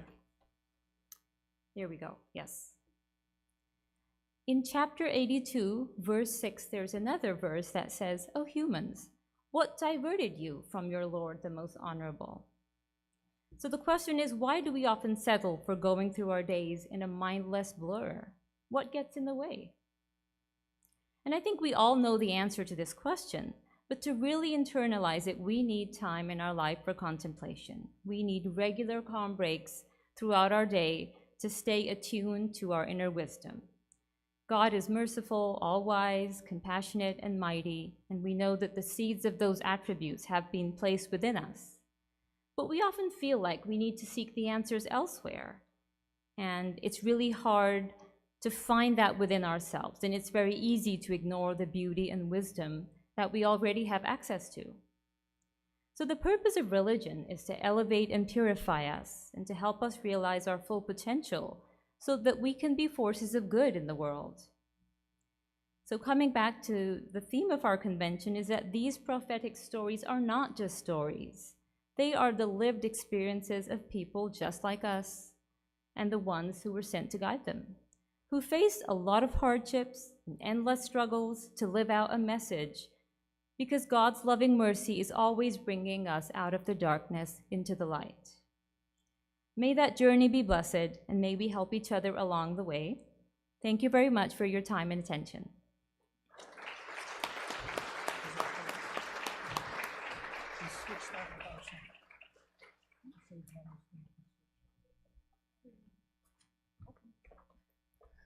Thank you so much, Sister Zainab, for that wonderful presentation. The next presentation will discuss the Quranic narrative on the story of Moses and his interactions with the mysterious figure known as Al-Qidr. Although not mentioned in the Quran by name, Hadith reports links Al-Qidr to this Quranic narrative, and there have been many fanciful tales associated with this story. In this presentation, we'll learn about the significances to the various aspects of the story and the practical lessons that we can understand from it. Our presenter is Dr. Aisha Khan. Aisha is a clinical associate professor of emergency medicine and the medical director of health equity at Stanford University. She is a very active member of the Lahore Ahmadiyya Islamic Society and always puts together amazing presentations for our symposium. I present to you Dr. Aisha Khan. I'm just trying to change my slide over. Hey, assalamu alaikum everyone. Just please give me 1 second while I try to change the slides over. I didn't have the benefit of me doing it for me while Fazil was getting ready.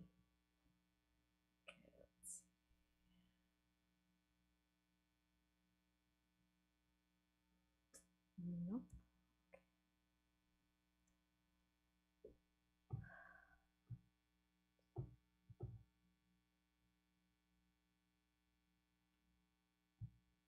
Okay, assalamu alaikum everyone. I'm going to talk to you today about the mysterious story of Moses and Kizer, but before I tell you that story, I'm going to tell you a story about myself.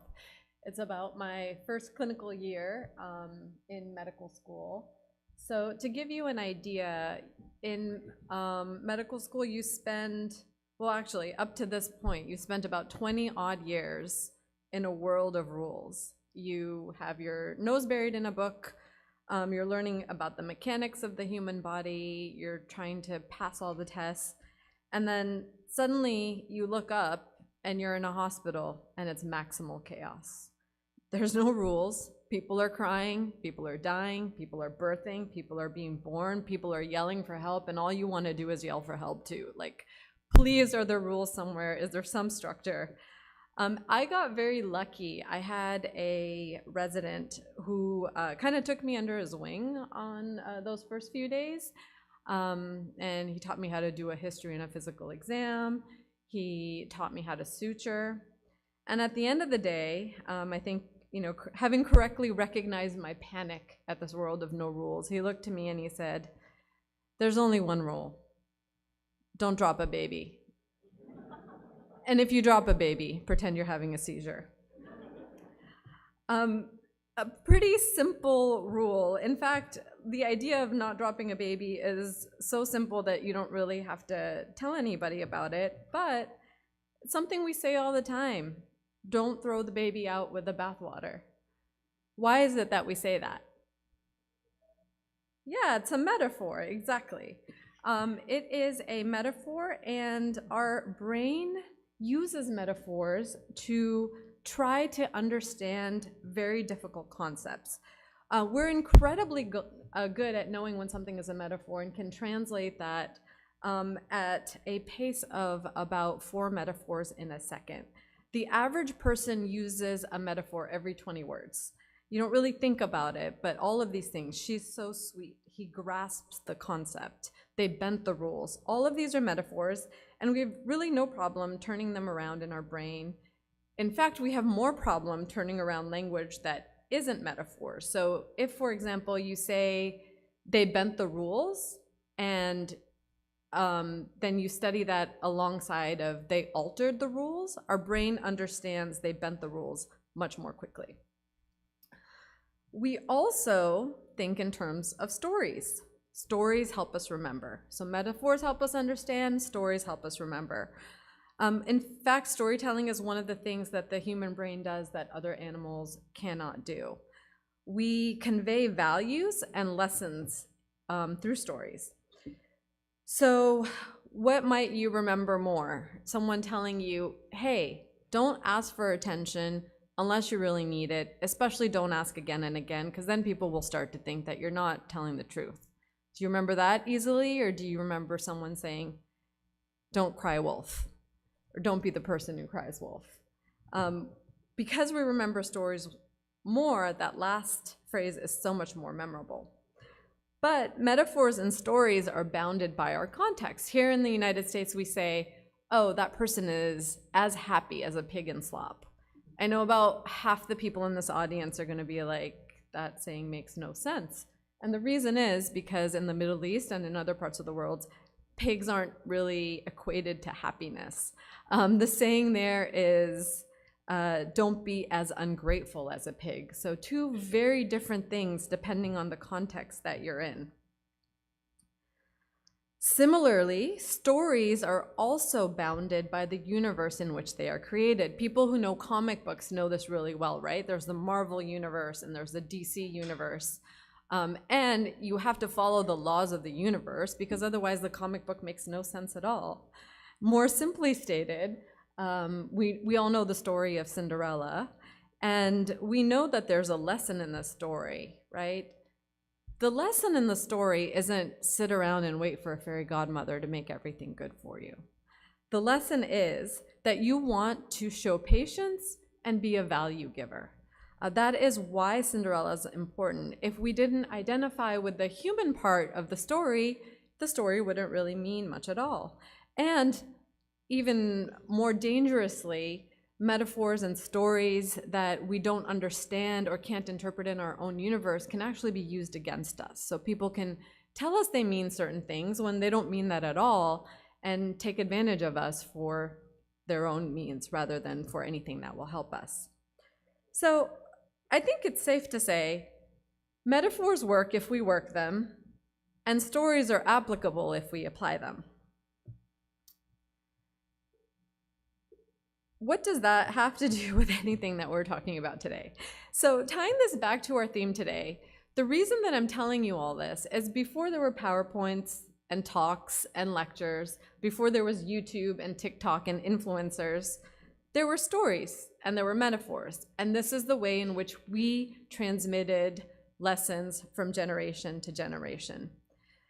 But Frederick Douglass says, knowledge is what makes man unfit to be a slave. So if stories are the ways that we transmit knowledge, it is also, knowledge is the way that we keep from being trapped by our own ignorance.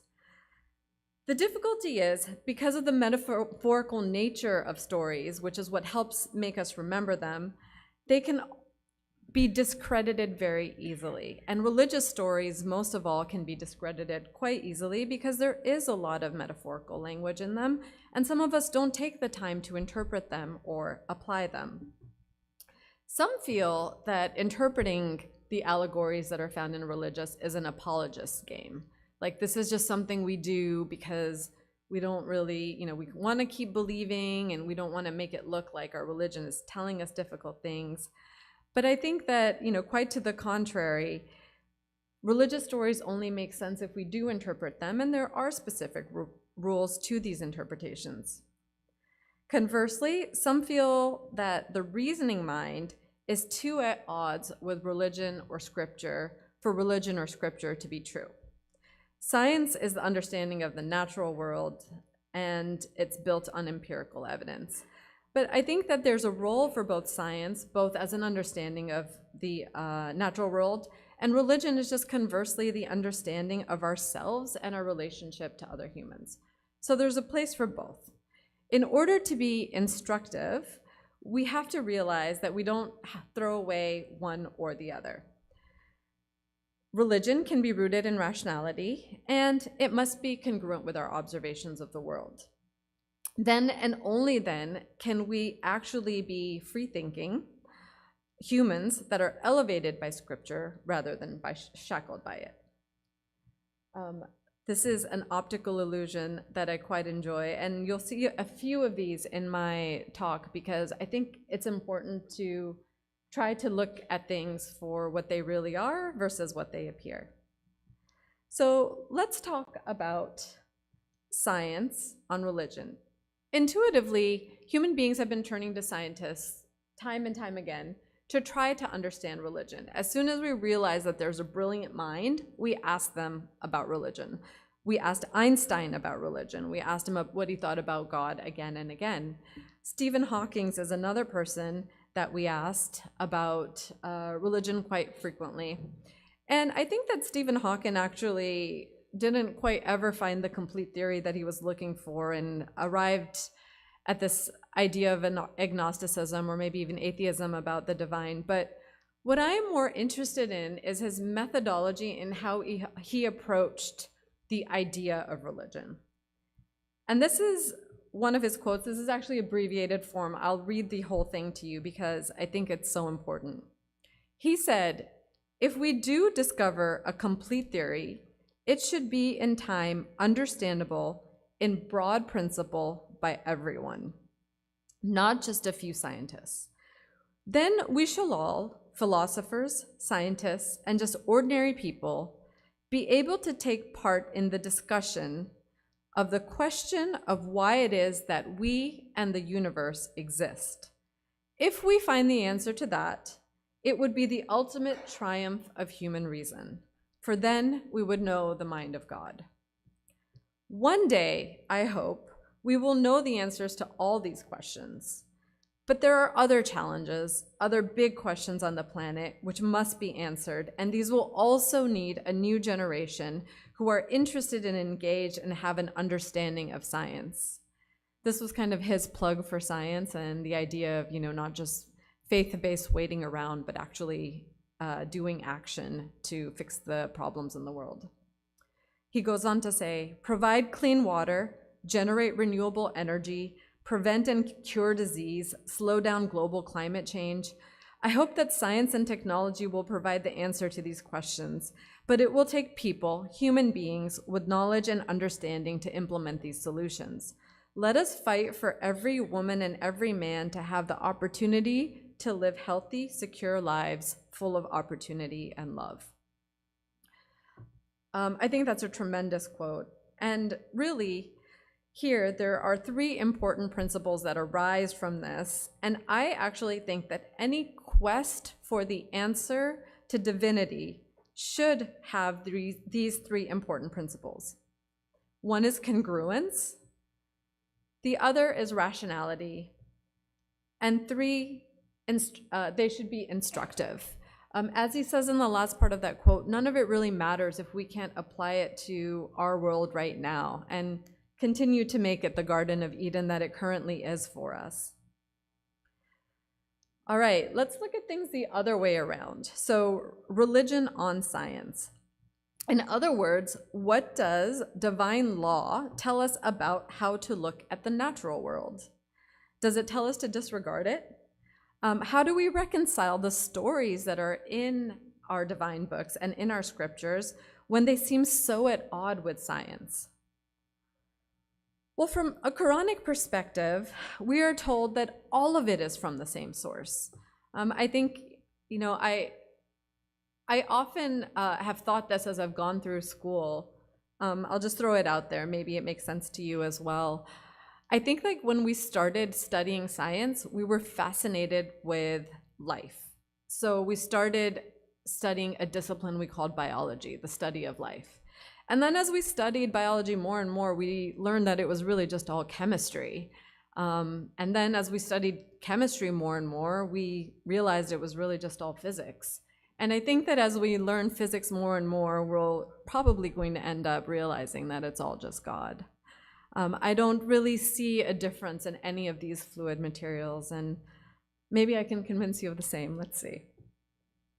So the universe is all the acts of God, and Scripture is the Word of God. The work of our mind is to find congruency in all of these.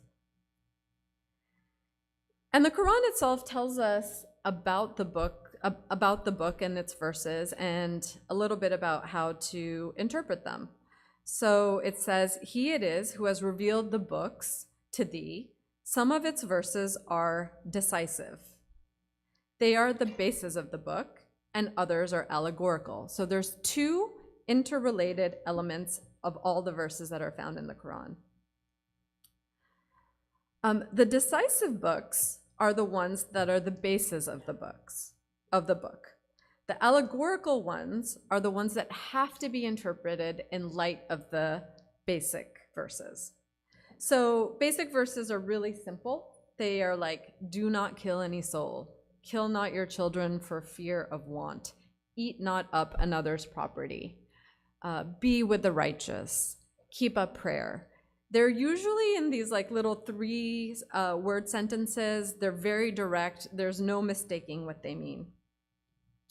Whereas the allegorical ones are these lengthy stories. They contain many elements that make us have to think. And I think, Maulana Muhammad Ali says very clearly that everything allegorical has to be interpreted in light of the basic verses. So if there is any contradiction, you have to rethink, reinterpret, and find congruency, because under no circumstances must we contradict any of these very basic verses. All right, so now on to the story. I find storytelling a little bit difficult. I'm going to actually change the words of the Quran and just tell you the story itself in my own words, and you all are welcome to look up the words from the Quran, but I think sometimes we can get lost in the language. So the story is Prophet Moses. This is, much, I think, before prophetic revelation. This is a story that actually maybe many of you aren't that familiar with, because unlike the story of Adam or Noah, this isn't found in the New Testament. There is some Judaic literature that has this story, but it's a less common one. So in this story, Prophet Moses sets out on a journey, and he takes with him a servant that is accompanying him. The servant is holding on to a fish. That's going to be their morning meal. It's a salted fish. And they set out on a journey to gain spiritual knowledge. They are told that they will find some sort of a teacher at a point where they see 2 rivers that are going to meet but not mix. They're to take this fish with them, and Moses was told that if the fish disappears, that's an indication of being close by to where this junction point is. And this is where he was going to meet someone named Kizer.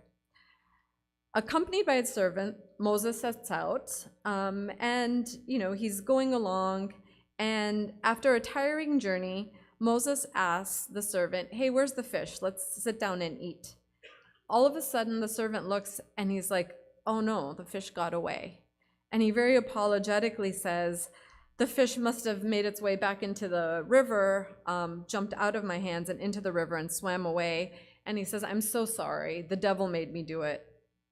When Moses heard this, he retraces his steps back to where they lost the fish, and he realizes that that is the junction of the two rivers, and that's where he's supposed to meet Kizer.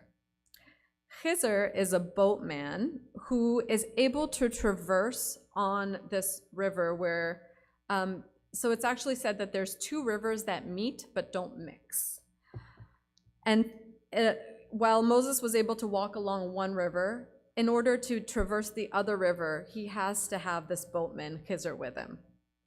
In the Quran, Kizer is said to be a person to whom God has granted knowledge. Moses sees Kizer there and says, "Hey, will you take me along with you so that I can learn from your knowledge?" Kizer tells Moses, "Look, you're not going to have the patience for what's going to lie ahead. And how can you have patience when you don't have comprehensive knowledge?"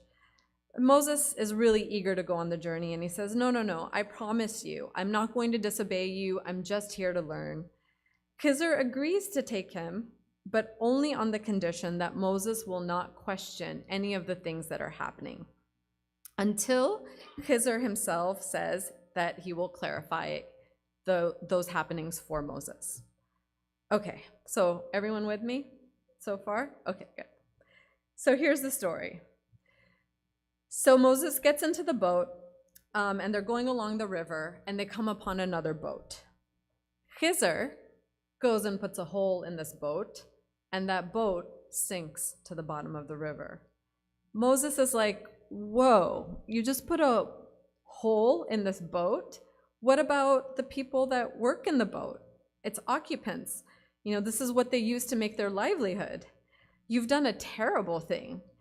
And Kizer's like, "Didn't I tell you you can't have patience with me?" And Moses says, Okay, I'm sorry. Please, I just forgot. Just give me another chance. So they keep going. And then they come upon a boy, and Kizer slays that boy. And Moses is just like, "Whoa, you just killed this boy. How could you do that?" And Kizer reminds Moses that he told him he would not be able to be patient with him. And Moses says, "Okay, just please one last chance. I know I have to learn. Just give me one more chance. And if not, it'll be the end of our journey together. I promise. This is it. Last chance."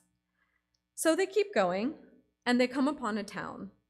And, they ask the people of the town for some food, to keep them going on their journey. And remember, this is the era of there's no drive-throughs. They can't stop at a gas station to get food. They can't go to a hotel and rest. So when you travel during this time period, you were completely dependent on the people of the town to take you in and to give you food. So if they don't get food, they're going to starve. But the people say, "No, we're not going to give you any food." So Kizer says, "Okay." And he's going about in the town, and they're about to continue on this journey when Kizer sees a crumbling wall that belongs to the people of the town. And when he sees this crumbling wall, he starts to repair it. And Moses says, "What are you doing? This is something we can use as leverage. We could ask for some money to repair this wall. These people aren't giving us anything at all, and you're repairing their wall for them." And upon Moses' impatient protest, Kizer says, "Okay, that's it.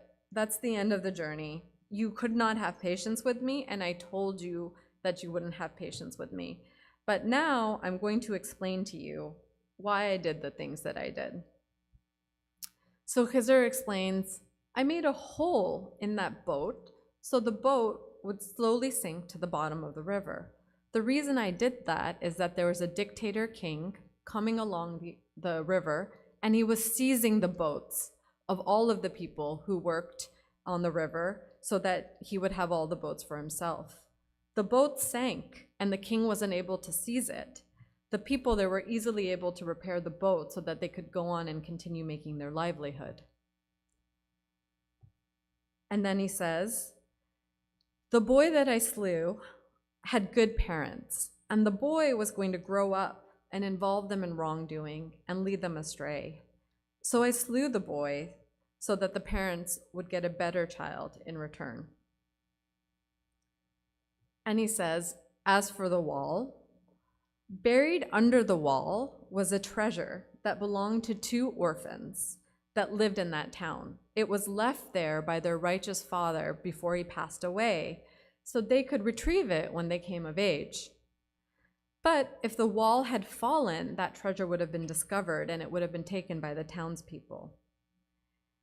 Kizer tells Moses, I didn't do any of these things of my own accord, but rather because I had comprehensive knowledge of what was going to happen from the divine. And this is the end of our journey. So, if we take the story literally, it's quite problematic. There's a lot of fantastical elements. There's a lot of injustice in it. There's a salted fish that comes back to life. There's destruction of property. There's the fish itself, which jumps out of the basket. There's a devil that makes the servant forget. All of those kind of go against natural law. And then, on the other hand, there's destruction of property, killing of a child, my goodness, and then free labor after being rejected by people, basically being left for death. But let's not throw out the baby with the bathwater. There has to be more to the story. So as the book itself tells us, the Holy Quran is divided into 2 elements, right? The decisive ones and the allegorical ones. I think it's safe to say that this is an allegorical story. And we have to try to find congruence and rationality and see how it's instructive. So I'd initially kind of hoped that we would have a question and answer or a callback about this, about what these things mean. And I still do, so please feel free to let me know what you think they mean. Yes?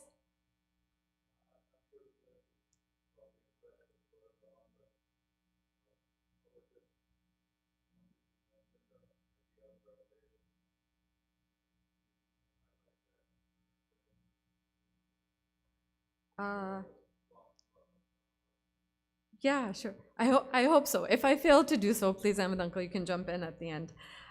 So let's start with the idea of the journey itself. So the idea of a journey is to find spiritual enlightenment is not unique to Moses, right? We know that Buddha went on a journey to find enlightenment. We know that Jesus did as well. But, you know, closer to home, I think that this is a journey we all take metaphorically. At some point or the other, you kind of ask yourself, like, what is up with the world? Like, I don't understand my place in it. I don't understand my purpose in it. And you kind of start to look for these answers. In this sense, in this journey, Moses represents a seeker of spiritual reality, and his journey takes him to the journey of 2 rivers. Any ideas what these 2 rivers are?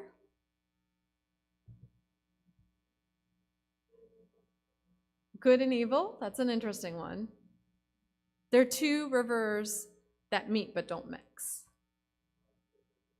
Science and religion is a good way to look at it. So one is a river, life and death, that's an interesting idea as well. I think generally speaking, we think of these 2 rivers as one that Moses can walk along. So it is one that he knows. That is the kind of critical thinking part of things when you're trying to figure things out. So we use our intellect and our knowledge, whether as scientists or philosophers or just regular people, to seek out the truth of our existence. We start from observable facts, right? Like this is this, so this must mean this. We make inferences about the truth, and the physical world and the human knowledge is bounded by our 5 senses. So this is this entire idea of science and observable fact. And the fact that we kind of stick to truth is the reason why science has been able to progress as much as it is. But you get to a point where your 5 senses can't tell you about what lies beyond this material world. And I think this is the idea of the river of divine knowledge.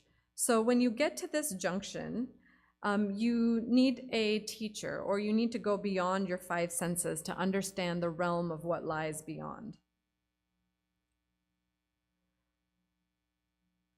There's also a servant and a fish. So remember, the poor servant forgot the fish, or he lost the fish. Any thoughts on what these might represent?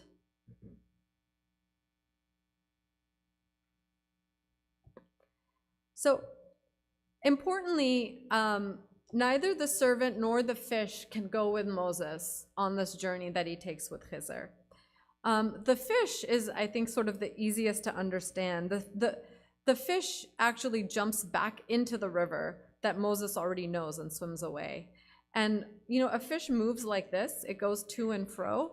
And the language, in the Arabic language, the word for fish is very similar to the word for intelligence, because your intelligence also moves to and fro as it starts to find answers. So one idea is that the fish is actually our own intellect, because there's only so far that our intellect can take us. Yes, it takes us all the way to this juncture where we know that there is more beyond life than what we see materially, but beyond that, we need something more in order to learn more.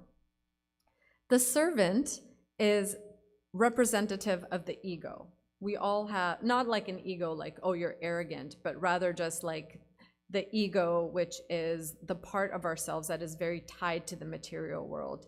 It is the labels with which we define who we are, when actually we're much more than just our ego. The ego tries very hard to get us to the point that we can learn more about our existence and learn more about divine knowledge. But like the nafs-e lawama, the second part of our sort of spiritual journey, from time to time, the ego forgets. The ego falls prey to the material whims of this world.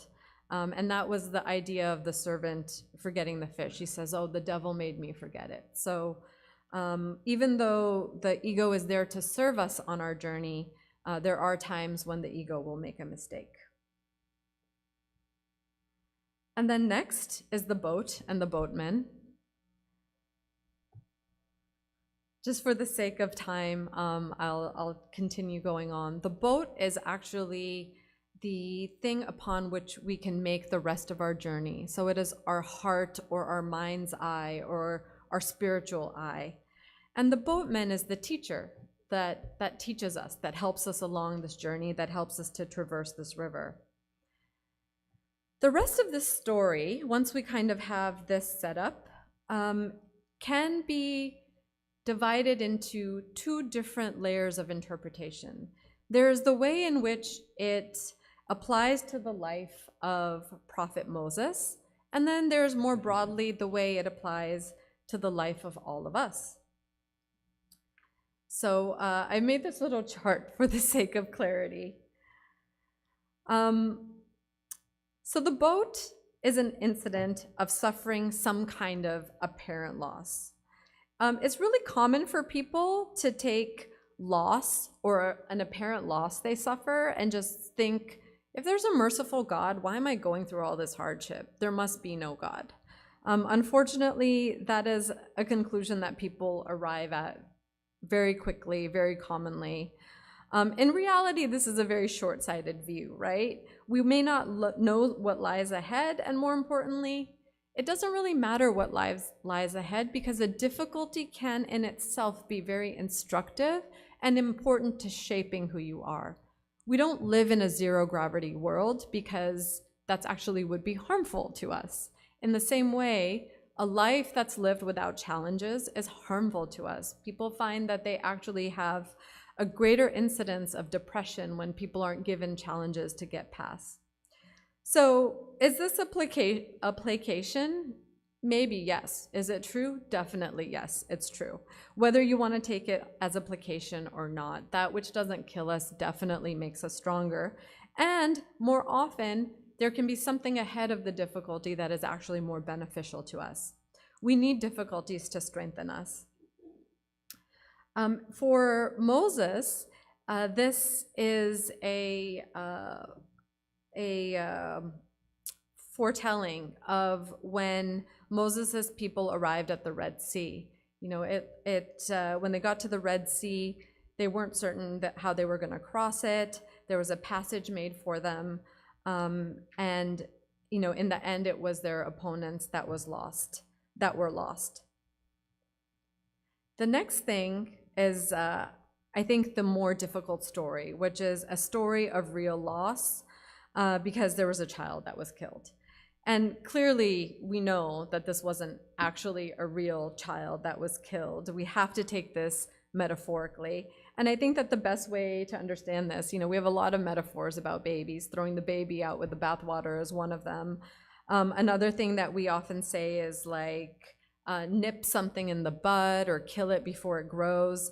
The idea here conveyed is that there are some things that are harmful that we should stop when they are very small. In the Quran, or the Buddhists call these hungry ghosts. So they're habits that you fall into that you can keep feeding and feeding and feeding, and they are never satiated. In the Quran, these are often called vanities. So things that we keep doing, but we're never going to tire of them. Neuroscientifically, these are called dopamine reward loops. So these are things that we do. They give us a little hit of dopamine, which I think you guys have probably heard of. It's the happiness chemical or the pleasure chemical. And that dopamine starts to fade, and then we have to do it all over again. Here's a dopamine loop of a telephone or like social media. But really, there are tons of them. And there's a lot of cheap dopamine loops. These are things that are very easy to find. They give us instant gratification, and they disappear almost instantly as well. The good news is there are real dopamine things. They're just a little bit harder, but they can definitely be one way to sort of quench this desire for dopamine, is to do more of these things that give us dopamine in a longer lasting way. So the idea behind this is that neural pathways are pathways that our brain makes, that once we walk that pathway, it gets easier and easier to walk that pathway again and again. So if you get stuck in a dopamine loop, it gets harder and harder and harder to get out of it. Just think about like a path through the woods or through some tall grass. The more you walk it, the easier it becomes to walk it, because you end up clearing a path. Our brain works the same way. So before you make that neural loop, it's good to stop it before it even starts. And that's the idea behind, sort of killing this child when it's small. It's not actually about killing a child. It's about stopping something when it's small enough and it's easy to stop it. In the story of Moses, this is actually like Moses's people the Israelites were ordered to fight against tyranny. And they were ordered to fight against tyranny at that time because had they fought and defeated tyranny at that time, it would have ended oppression for all of the known world at that time. All right, the next story is the story of the crumbling wall, and this is towards the end, so if you'll just give me another minute or so. So the crumbling wall of the city, under which lies an invaluable treasure, is really a depiction of the inner state of a seeker, where the seeker feels the urgency to gain knowledge of the divine or gain knowledge of what is behind all of this, and absolutely is prepared to give up the whole world. That's the idea of the crumbling wall. And a lot of people seek asceticism, or they seek to forsake this world completely in order to look for this treasure that is buried deep inside, and they feel like they can get to it that way. But this treasure is actually not granted in any sort of a hurry, very unfortunately. The wall that guards the treasure is going to stand until we are mature enough to seek the treasure, or to actually make use of the treasure. So forsaking the world will not get us this immediate reward. Rather, living in the world, maintaining this wall, and using the world as a gauntlet that is going to shape our character, shape our attributes. Being with people is really the only way that we can express the attributes of the divine, because they're the only people who are worth expressing them on, right? We are here to serve each other. And oftentimes, my aunt says this, people can be so people-y, meaning like it can be difficult to express these attributes, right? But the resistance that we face in being ever more merciful, good, kind, loving towards them, so that resistance will make us stronger in our resolve to be loving, kind, merciful, strong.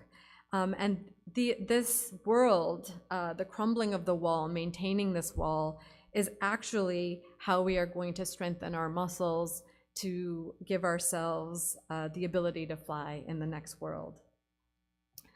So I'm going to end with just this idea of saying that I really love this story because it's very broadly applicable. We learn the what and how of the world in school, and yet we're left very often to learn the why by ourselves. Too often we think that the why contradicts the how and the what, or the what and the how contradicts the why, but through congruence we reach unity and beauty. We have to continue to look for this when we approach our scriptures. We have to be able to use our critical thinking and our reasoning, because if we become blind followers, then it's too easy to be manipulated. And sometimes when you're manipulated, you end up doing things that your scripture never said to do at all. But beyond this, beyond just defending against being manipulated, we have to remember that in these stories is a really beautiful guidance, and that when we meet apparent loss with patience, when we have discipline when we're faced with our hungry ghosts, and when we serve humanity, whenever we are faced with the crumbling walls of the world, it will set us on a path where uncontrolled, agitated dissatisfaction of the mind can no longer shackle us. And rather, we might alight towards perfect freedom and everlasting peace. And just lastly, speaking of stories, as my aunt was also saying, that there's a lot of bad stories that we hear all the time. And one of the very sad stories right now is coming out of the Palestine area. I just wanted to give a nod towards that and say that the shawl that I'm actually wearing is the art of the Palestinian people. It's called tatriz, and a lot of the symbols in it are the symbols that they use to tell stories. The damask rose on it is a symbol of beauty and love. And their stories are often stories of unity and eternity, as are the stories that we've heard today. And I hope that we can continue to fix our own crumbling walls as we go back out there in the world. So thank you very much.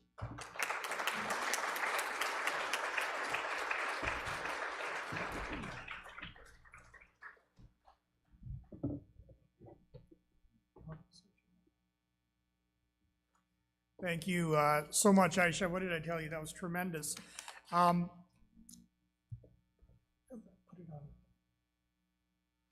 We have one final presentation before we break for lunch, and this will be by our dear friend, Professor Michael Burkle, who many of you have had the pleasure to meet at our past symposiums. Professor Burkle had a long and distinguished career teaching religion at Earlham College and just recently retired. He has published several books and many articles, mostly on Christian and particularly Quaker spirituality.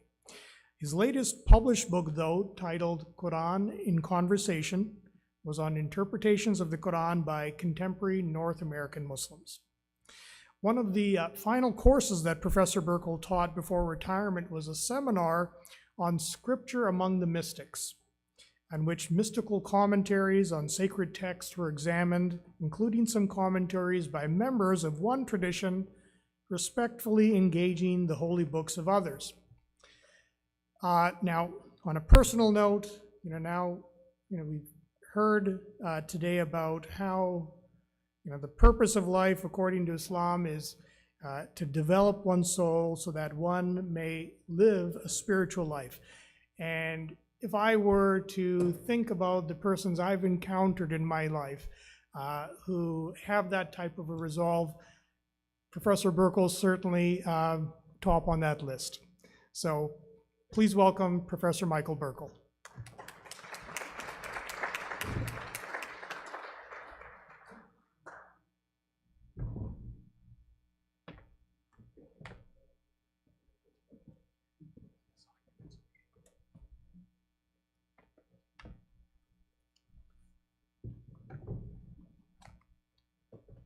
First of all, thank you for that very kind introduction. I was invited to offer some responses. What do I hear when I listen to the wonderful presentations? So I don't have a beautiful slideshow to offer, just my words. I will say that it was a wonderful homework task to be assigned to listen carefully to these presentations. Unfortunately, I had to listen to one more terrible joke by Fazil. He always does that. But otherwise, I'm very happy to be here. As I listened to what was shared, I was also trying to observe my own responses. And of course, I heard some echoes of something within my own tradition. Now, when I say that, I want to say, I don't mean to say either of the following things. I'm not saying that it's the same, because how do I know that? And it probably isn't quite the same. And I certainly don't mean to say that, oh, it's the same, and therefore, anything good in your tradition you accidentally stole from mine, or maybe intentionally stole from mine. The only thing I know that Fazil intentionally steals is bad jokes. But the you see what he said about me being a good person. I'm undoing that all. But actually, I want to keep my remarks brief because I can hear your stomachs rumbling, and and I want to honor the fact that it's lunchtime.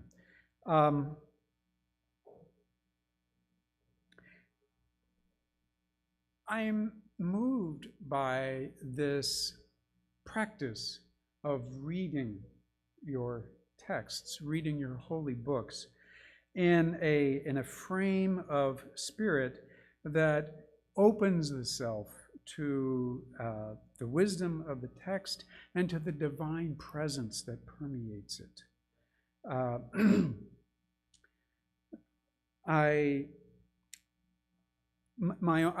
If I speak from my tradition, if it isn't your tradition, I simply invite you to find parallels with your own. I speak within the Christian community because that's where I live. If you speak from if you are from other communities, I invite you to make your own connections there. Excuse me. There are ways of sacred reading within the Christian tradition, and I just heard echoes of that so much. Ways of reading that look for the moral dimension of the text, that look for the experiential dimension of a text, inviting the person into a new experience, the reader. There are ways of reading that invite you into the cosmic dimensions of the text. And that all happens within the Christian tradition. And I just heard those parallels here. And why am I talking about these parallels? It's because I think it provides places where we can meet, places where we can find common ground. I want to give you a brief quotation from a Christian writer from the 14th century. Johannes Tauler was his name. That will not be on the quiz. You say I'm a teacher. There are two things I know how to do: give out homework and have quizzes. But I brought this passage thinking maybe this will have a connection. And I think it does have a connection because it talks about elevation. This is a passage from the middle of a sermon where he's talking about the story where Jesus ascends into heaven. And I know that Muslims have their own version of that story. And he's seeing this as a story of the elevation of the soul. And we've been talking about elevation. We've been talking about birds all morning. And so I want to read this brief passage. He's been talking about the soul rising into a spiritual awareness. And then he says this, beyond this, one is led into another heaven, which is the divine being itself, where the human spirit loses itself so fully that it is absorbed, no self left. What happens there, what one experiences, one perceives, what one feels, no one can say. No one can conceive. No one can understand. How could anyone ever grasp or know this with the understanding alone? The spirit does not know itself, for it is submerged into this divine abyss, so much so that it knows nothing, feels nothing, perceives nothing except the pure, unveiled God. It's a passage for me that inspires awe. I may come back to that. It's also a passage that I wondered, how might my Muslim friends hear this? When they hear that last phrase, nothing but the pure, unveiled God, I thought, would my Muslim friends hear an echo of the teaching of Tawheed, of the divine unity? Also, and here I need to tell you, what Arabic I knew, I didn't learn until I was in my mid-50s, and there wasn't anyone to teach it to me where I lived, so I learned it from books. So I speak Arabic. I don't speak Arabic. When I say Arabic words, I have a profound Midwestern accent. And so if you know so when I use an Arabic word, I may need Fazil to translate my Arabic into Arabic so that you can understand it. So there is that Arabic word of Tawheed, that unity of God, that oneness. And I just wonder if that is a touchstone, a meeting place for my Muslim friends. And when it uses the expression, the unveiled God, there is a word that I'm about to slaughter, kashf, the unveiling of the soul's beloved in this intimate experience of divine presence. And so I'm bringing a little bit of a mystical reading of a scriptural text from the Christian tradition, hoping that maybe my Muslim friends here will find a connecting point with it. And I had mentioned that this passage for me inspires awe. And I would say that I believe that awe and wonder can be another meeting ground. And it's possible for someone to experience the awe that is felt by those, let's say, for outsiders to feel that awe. When I hear you talking about the Quran, when I heard that beautiful recitation of the Quran, that brought within me an experience of wonder. As an outsider, and I'm wondering if that shared sense of wonder can be a place where we come together and come to admire what is beautiful in one another's traditions and and see more fully the goodness in one another.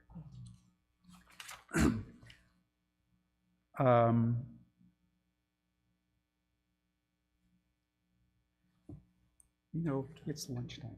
Oh, I'm just looking at this. Well, they say when you come to give a talk, you should have 3 points, and I came with 8. And so I'm just thinking. Well, there are other coincidences I could work on, but I think really maybe I'll just leave us with that experience, a common experience of wonder and awe when we see something that is overwhelming and powerful and beautiful, and that can be a place where we not only understand how people in our respective communities have this intimate relationship with God, but where we can begin to have an intimate relationship with one another across the boundaries of our religious traditions. There's so much more I could say. When I heard earlier the expression, "Where are we in this story?" and that beautiful presentation, I was just reminded of someone in my own tradition who describes Scripture as a looking glass, a mirror. He says looking glass because he wrote it in the 17th century. Okay, we would say mirror. Scripture is a mirror in which we look into the spiritual conditions of our forebears in faith and find that there is a correspondence between their life and ours. And for me, that opens up my biblical, my scriptural tradition for me. But I could see how it was also happening for the presenters. And so I'll stop with this. I can imagine that what I have said may have sparked some memory, sparked some sense of connection with your experience, as I was reflecting on my experience of their presentations. And if it did spark something that bears further conversation, well, now it's lunchtime. We can pursue those conversations. Thank you for inviting me to be with you. Thank you so much. Thank you.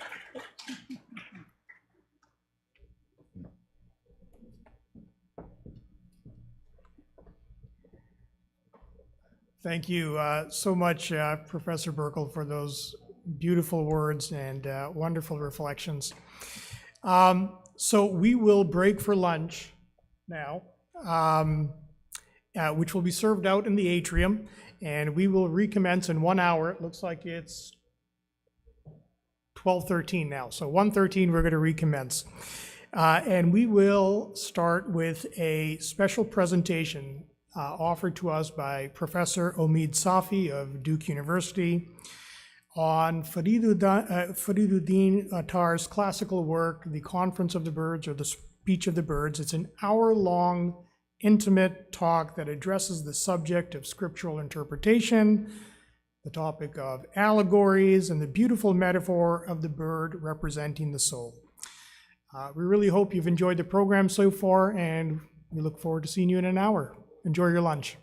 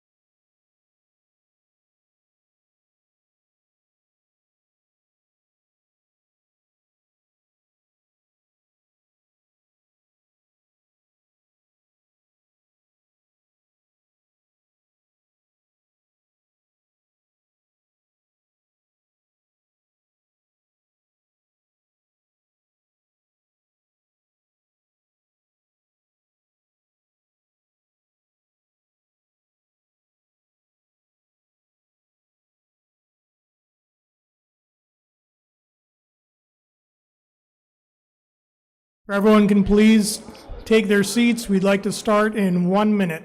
Thank you. So sit up here with me. 1 minute. So when you Thank you for acknowledging me.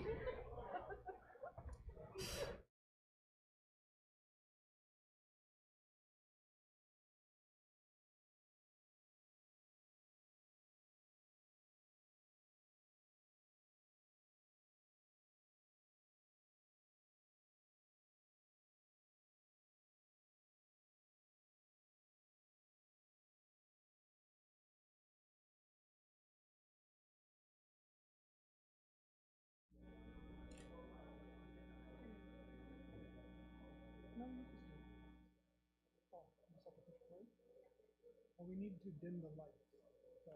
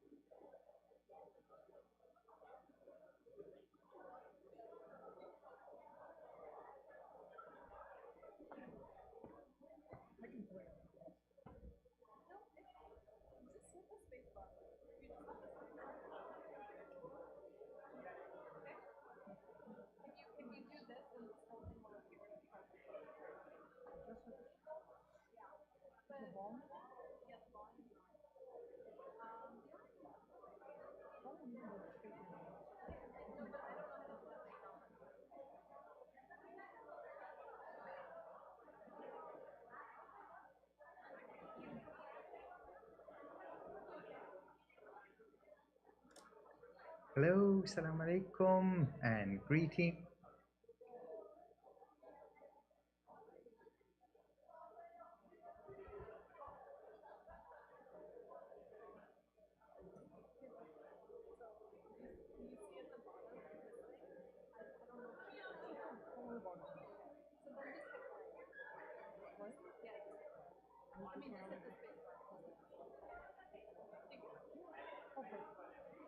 If there's an issue, just come up. Welcome back, everyone. I hope everyone enjoyed the meal and had a nice break. I'll share with you another short anecdote. This one's short, and this one's actually true. So I remember I was in Chicago once, and I approached a hot dog stand. So I asked the vendor, these hot dogs beef or pork? And he looks at me and he says, "What don't you eat?" I said, "Pork." He says, "They're beef." It's my lucky day, I guess. So our presentation this afternoon is by our dear friend, Professor Omid Safi. As I mentioned, Professor Safi has prepared for us a 1 hour long talk that examines the classical work, The Conference of the Birds, or the Speech of the Birds, as some refer to it as, by the renowned 12th century Sufi philosopher and poet Fariduddin Attar.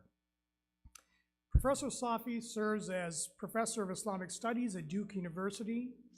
His passion for teaching has been recognized through the 10 times that he has been nominated for Professor of the Year awards. He has published extensively on foundational sources of Islam and Sufism, including his award-winning biography of Prophet Muhammad titled Memories of Muhammad, and his most recent book, Radical Love, Teachings from the Islamic Mystical Tradition. He often appears as an expert on Islam in numerous media outlets, and on the back of your program, you'll find some of that information, including information about his podcast titled Sufi Heart, his online courses, his spiritually oriented retreats to regions like Turkey, Morocco, Andalusia, and a special invitation he has extended to our community for an Umrah program to Makkah and Medina. So please sit back, relax, and enjoy the intimate words of our dear friend, Professor Omid Safi.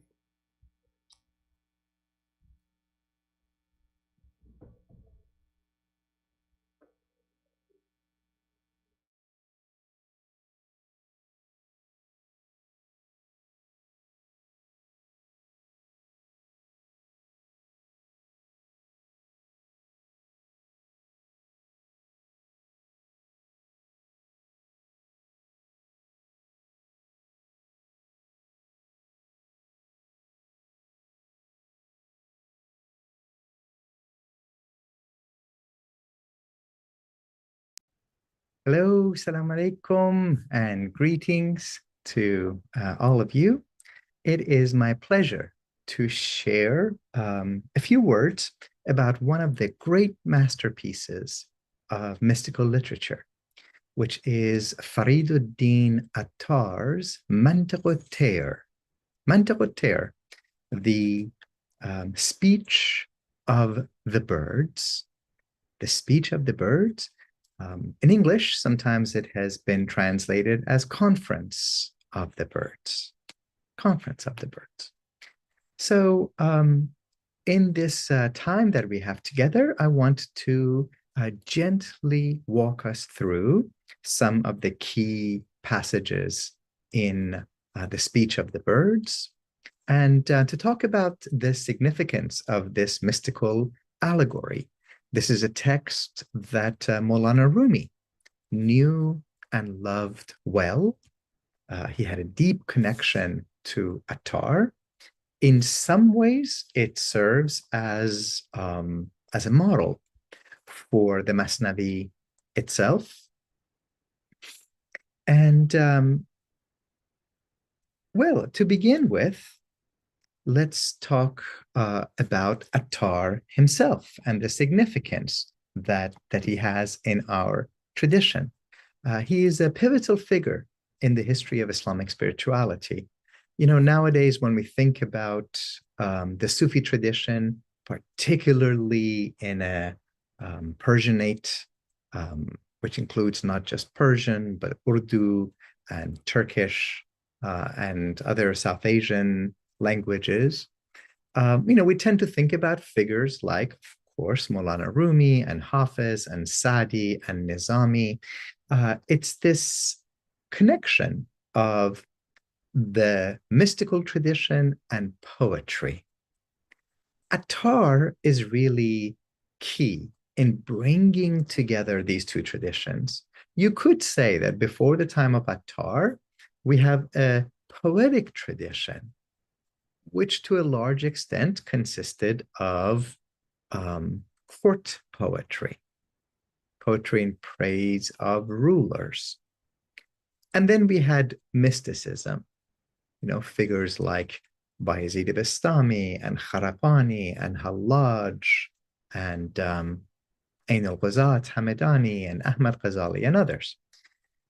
And Attar brings together poetry and mysticism to the point that after Attar, the vast majority of our poetry is indeed of a mystical nature. And most of our mystics have written poetry. poetry simply becomes a kind of spiritual idiom. And a lot of that credit goes to Attar. So Attar is said to have been born around 1145 of the Common Era, and he passes away sometime around 1220, 1221, again of the Common Era. So he's about 100 years after the time of the Ghazali brothers, and about 50 years before the time of Maulana Rumi. In the hagiographic literature, there's even suggestions that Maulana Rumi and Attar might have met when Rumi and his family are making the migration from the Balkh area through present-day Iran onward towards Konya.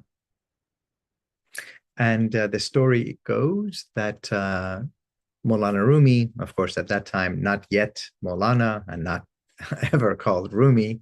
Rumi was never called Rumi for about 200 years after that time. That he was walking behind his father, observing the etiquette and the adab of that age. And Attar is to have remarked something like, look, it's not every day that you see an ocean walking behind a lake. In other words, through his firasat, through his spiritual insight, being able to discern and detect the majesty that would someday be Maulana Rumi. Attar was given the name Muhammad at birth and known through the honorific Fariduddin, the unique one of the faith. He's quite proud of this name Muhammad, and in a number of occasions in the Mantiq al-Tayr, he asks to be forgiven for all of his sins simply because he shares the name of the Blessed Prophet. Attar, the perfume seller, the herbalist, refers to his profession and some indication of the importance of that holistic, organic methods of healing. He grows up in a very spiritual home, offers very tender accounts of his father, and in particular of his mother, whom he describes as having been a woman of spiritual reality, whose very breath had healing powers, and whose sighs that would rise up from her heart at the time of the Fajr prayer, the dawn prayer, would find their way to Allah.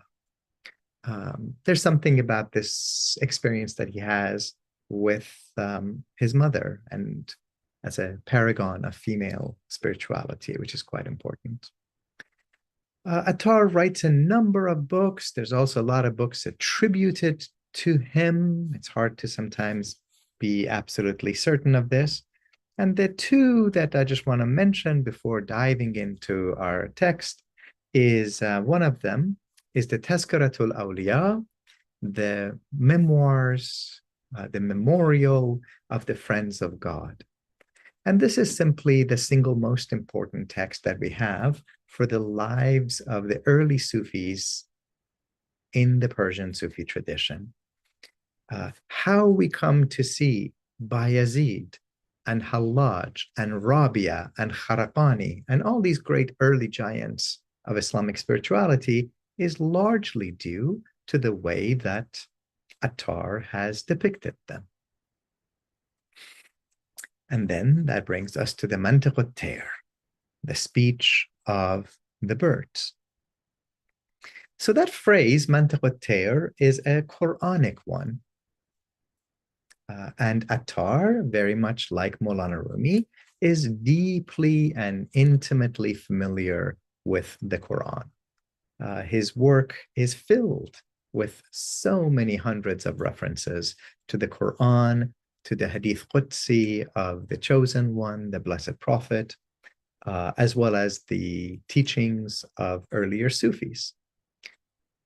In the Quran, it is Hazrat Solomon, who is both a king and a prophet, who says, so this is in the 27th surah of the Quran, Surah An-Naml, in the 16th verse. وَوَرِثُ سُلَيْمَانُ دَاوُودَ. And Suleiman inherits the role and the place of Dawood, of David. وَقَالَ يَا أَيُّهَا النَّاسُ عُلِّمْنَا مَنْطِقَ الطَّيْرِ. And Suleiman says, oh, humanity, we have been taught the mantiq al-tayr, the speech of the birds. وَأُوتِينَا مِنْ كُلِّ شَيْءٍ إِنَّ هَذَا لَهُوَ الْفَضْلُ الْمُبِينُ. We've been given something of everything. We've been given a share of everything. Like, what an extraordinary blessing that Suleiman has been given, of having both temporal and spiritual authority. And this is indeed a great favor, a fazl from Allah. And that phrase, mantiq al-tayr, mantiq al-tayr. Tayr, of course, is bird. Mantiq shares the same root as nutq, which is speech. And mantiq in Islamic literature is usually the term that's reserved for logic. All of the Greek logical texts that we translated into Arabic and Persian and other Muslim languages. In both Greek thought and Islamic thought, speech was intended to be coherent. It was organized. It was rational. Words should point to the reality that they connote. They should not simply be haphazard. The speech of the birds. We have been taught the speech of the birds. In other words, that the prophets can commune and communicate not only with human beings, but with the animal realm. And in some cases, of course, even the extrasensory realms, the jinnic realm, the angelic realm, and what have you. And in the context of the Quran, it's the bird hudhud, the hopi bird, that acts as a go-between Solomon and Bilqis, the queen of Sheba. It's a love story in the Quran itself, and Bilqis, of course, is the foremost model of female political authority, and a very positive one at that, in the Quran. Attar takes that role of the hopi bird, the hudhud, and comes up with this magnificent allegory of the journey of the birds, which allegorically represents the spirit, on the mystical path to encounter the simurq, the legendary kingbird, which is, of course, a symbol for God. One of the important aspects of Attar's tale is that the mystical journey is both individual and communal. Each of us have to make the intention to set out on the path for God and towards God. And we do not do so in isolation. We do this in community. We do this with others. Attar is building on earlier writings about birds that have come up in Islamic writings. So Ahmad Ghazali, the younger and in some ways more mystically oriented younger brother of the more famous Imam Ghazali, has a Risalat al-Tuyur, Risalat al-Tayr, the treatise of the bird. And Ahmad Ghazali, in turn, is drawing upon the work of Ibn Sina, Avicenna, who has come up with the notion of the allegory of the bird as symbolizing the spirit. This is, of course, a sacred metaphor, allegory in a lot of literature. Think simply of the significance of the dove in the Christian tradition as symbolizing the Holy Spirit. So this is a ubiquitous symbol there. The work of Attar has also been quite significant in terms of Islamic arts. So, in fact, the most famous depiction of Attar for Mantabater is one that I'm going to show you a picture of. Yeah, there we go. So this is an absolutely beautiful, beautiful cover. You can see this original being preserved, stolen, depends on your category, at the Metropolitan Museum of Art. And that same image is one that is used to grace many of the covers of books about Attar, including the one that I'm going to be referring to, The Speech of the Birds, that is translated by Peter Avery. This is the only complete and accurate translation of Mantabater that we have. And you know, here you see the notion of some of the birds being presented here, different variety of birds, as we'll talk about. And I do want you to notice the way that the artist has used the golden flecks, sort of the golden dust that is scattered across the blue page, almost like looking up at a heavenly canopy and seeing the stars to mark the page itself. And then the way that this cosmic tree on the left breaks out of the framework of the miniature. It's almost as if the tree is reaching into the celestial sphere, that the sanctity of the tree breaks through that thin wall that demarcates the world of the miniature from the world of the heavens. And of course, trees have always had a sacred significance in Islamic literature, right down to the notion of the silsila, the initiatic chain of Sufis, being composed in the form of a shajara, of a tree, and that the last thing that the chosen one, the Habib, the Prophet ﷺ, encounters on his Mi'raj is the Sidratul Muntaha, the lote tree. The last thing that demarcates the world of creation from the world of pure divine presence is also a tree. So natural elements have a tremendously significant role in our spiritual tradition. And that's also true for birds. In the Greek tradition, which Ibn Sina and some Sufis, to tell the truth, have inherited, the bird is usually symbolized as being kept in a cage.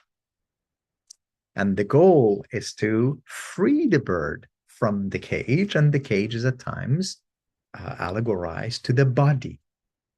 And so the goal is to liberate the spirit from the cage of the body.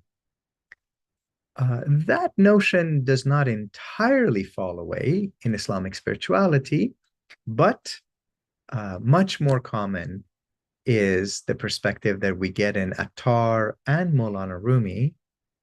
It's a sensual perspective, and by sensual I mean one of prioritizing the senses, where the body and the soul, the tan and the jan, are not apart from one another. These are portals that lead forth and back and forth. So I'm going to stop that and come back over here. I want to now have us move through the text of the Manteroter. And the Manteroter begins with a lengthy introduction. It's a beautiful introduction. And it's a bit of a pity that the most popular translation of the Manteroter, which is done by the extraordinary scholar of Persian literature, Dick Davis and Mahnaz Afkhami, it leaves that introduction because, in their opinion, it's just simply religious and therefore of not great relevance to people interested in literature.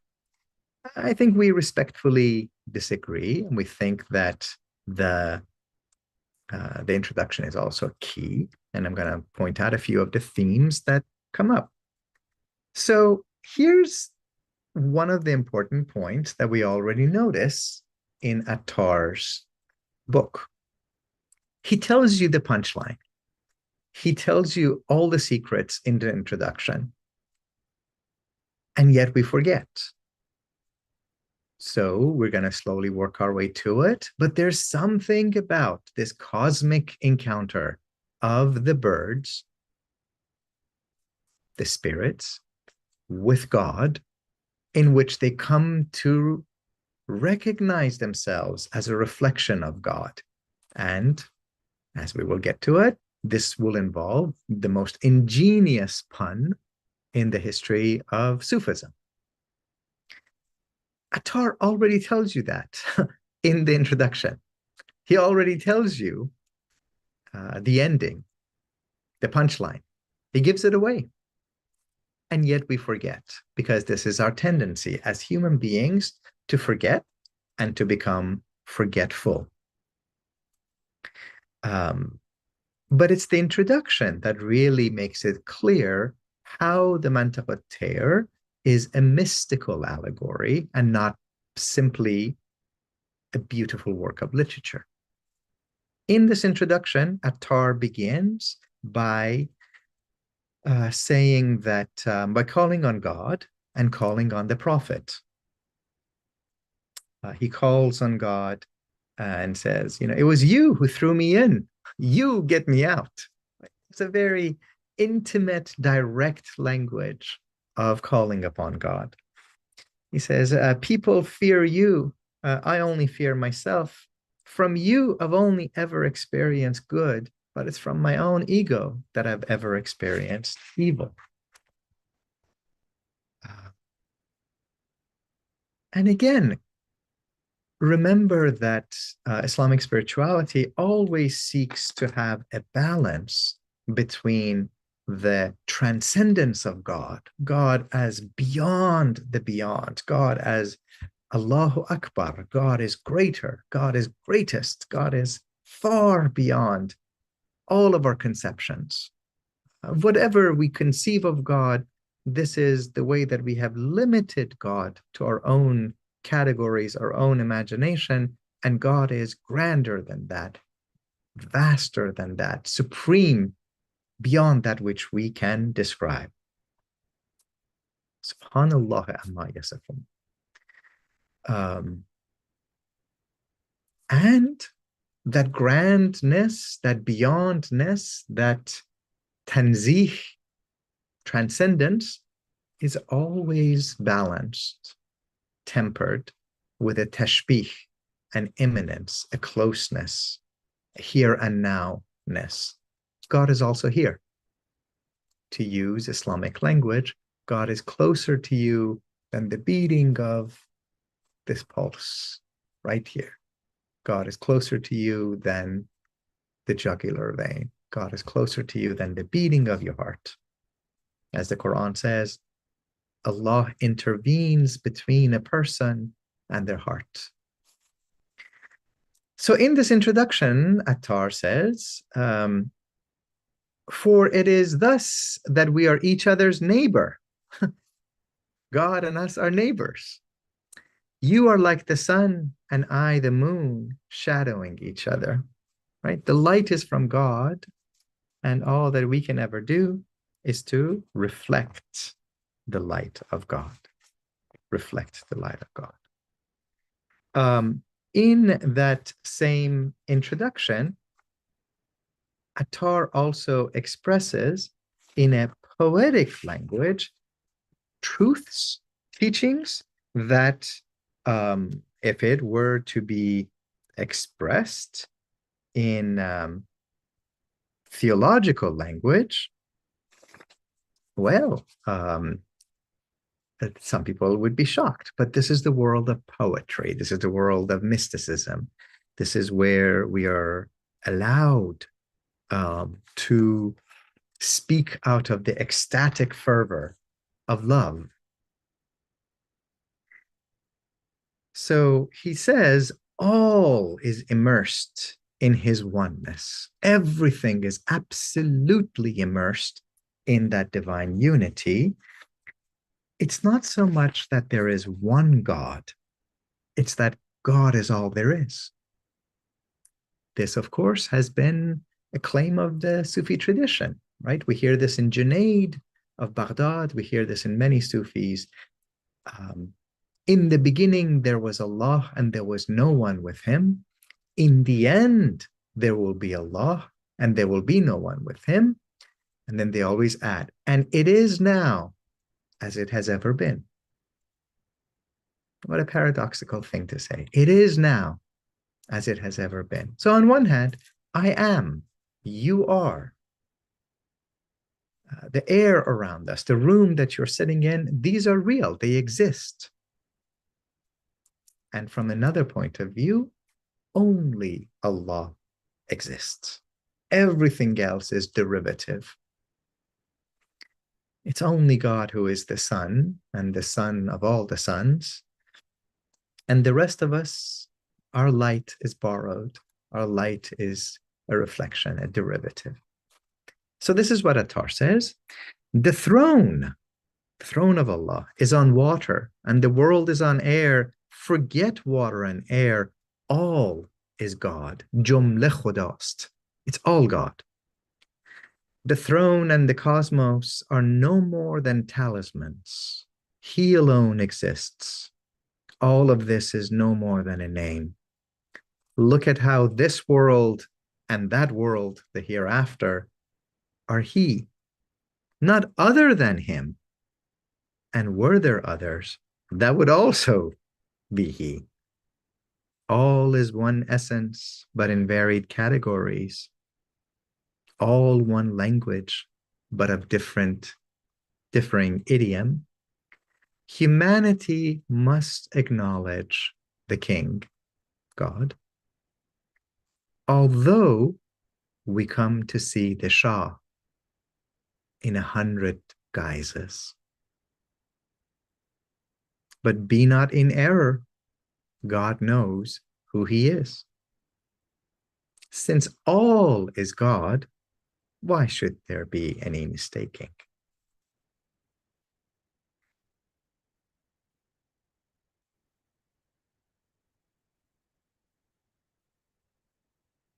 This world and the next world are God. There is nothing other than God. And if there were to be something other than God, that too would still be God. This is a kind of holistic, absolute, radical expression of unity, which would make some theologians pull out their hair. They really like that notion of a divide between God and khalq, haq and khalq, the creator and creation. Of course, this is the expression that the Sufis have always said, huwa la huwa, he, not he. We are God and we are not God. So don't go around holding up your head and being like, I am God. No, you're not. I am not either. But we're not able to even exist apart from God.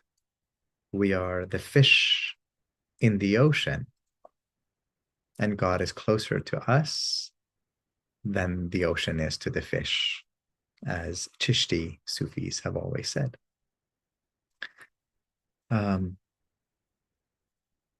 The soul is hidden in the body, and you hidden in the soul.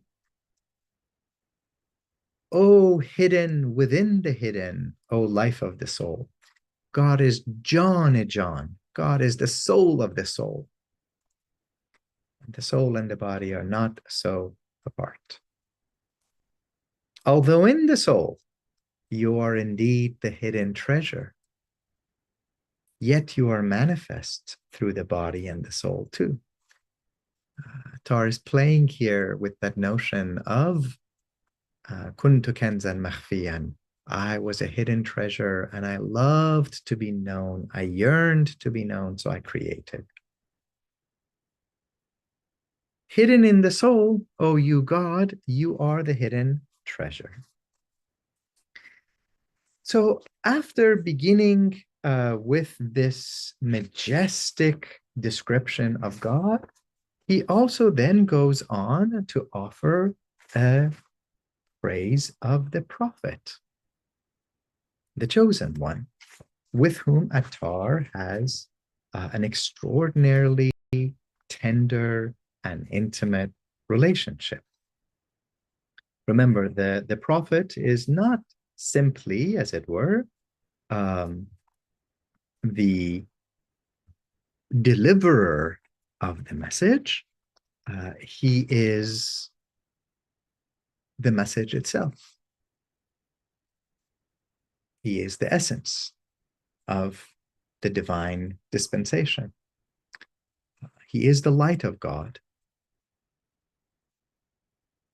And in that capacity, Attar reminds us of the teaching of many of the Sufis that the whole universe has been created for the sake of the Prophet, alayhi salatu wassalam. The laulak, if not for you, I wouldn't have created.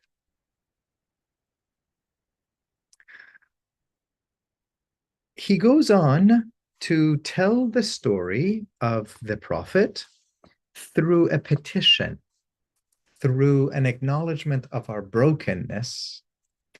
Ya Rasulullah, bas darmande am, oh Messenger of Allah, I faltered so much, I've fallen. باد در کف خاک بر سر ما شده. خاک بر سر. I'm holding on to nothing but air. I'm empty-handed and I've got dust on my head. A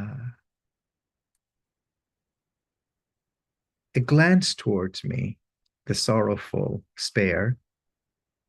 چاره کار من بیچاره کن. Remedy the condition of hapless me, helpless me. This is a like if you've grown up listening to Khawalis like Taj Dar Haram, where we call on the Habib, the Prophet, I've fallen on my face, I've fallen on the soil,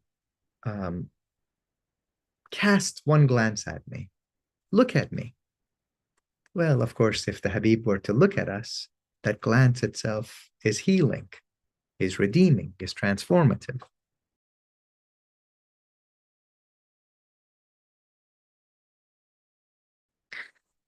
And this is where Attar begins. He goes on to establish this intimate relationship with the Prophet by telling a very tender story. He tells the story of a mother who is carrying an infant, and she's walking on a river bank, daydreaming a little bit, and somehow she falls, and the baby is separated from her. And she looks into that most horrific experience that a parent can have. She watches her young child going under the waves of the river. And in those age, of course, almost no one knew how to swim. So she does the only thing that she can do. She throws herself into the river and somehow is able to rescue the toddler and swims back to the shore, and the baby is completely beside herself. And so the mother does that thing that only mothers can do. She nurses the child to calm her down. She puts her breast into the baby's mouth. She decides not to be compassionate by proxy, but directly, intimately. And in that very moment in the narrative, Attar switches to come back to the prophet. And he says in this most extraordinary passage, Shirteh mara ze pestane karam. O messenger of God, I am drowning in an ocean of sin and iniquity. Nurse me, suckle me from your breast of compassion and generosity. What a powerful account, right? That the relationship that he wants to have with the Habib is as intimate as the relationship that a child has with a mother. And of course, in our Sufi tradition, they say this is why the Habib is always called An-Nabi al-Ummi, the maternal prophet. The maternal prophet. These are some of the reasons why I think it's actually quite important to read the account of the introduction and not just simply skip ahead. When we eventually do get to the main part of the text, we begin with the experiences of many different birds. The birds, each one of them, symbolizes and allegorizes, of course, the spirit. And in these different spirits, we come to recognize ourselves. We come to recognize parts of our own tendency. So every one of the birds offers an excuse for why they are unworthy of setting out on the path. There's the bulbul, the nightingale, who says, you know, the love of the rose is enough for me. I'm not strong enough to go see the kingbird. The rose, that symbol of celestial beauty. And with every one of these birds, we're supposed to explore our own hearts and ask ourselves the question, is there a part of us that acts like these birds? Is their excuse somehow a mirror for ourselves? Remember, this is the way that we are to read mystical literature in Islam. We're not reading a narrative. We're not encountering characters, as it were, outside of us. Every single one of them corresponds to something in our own heart and soul.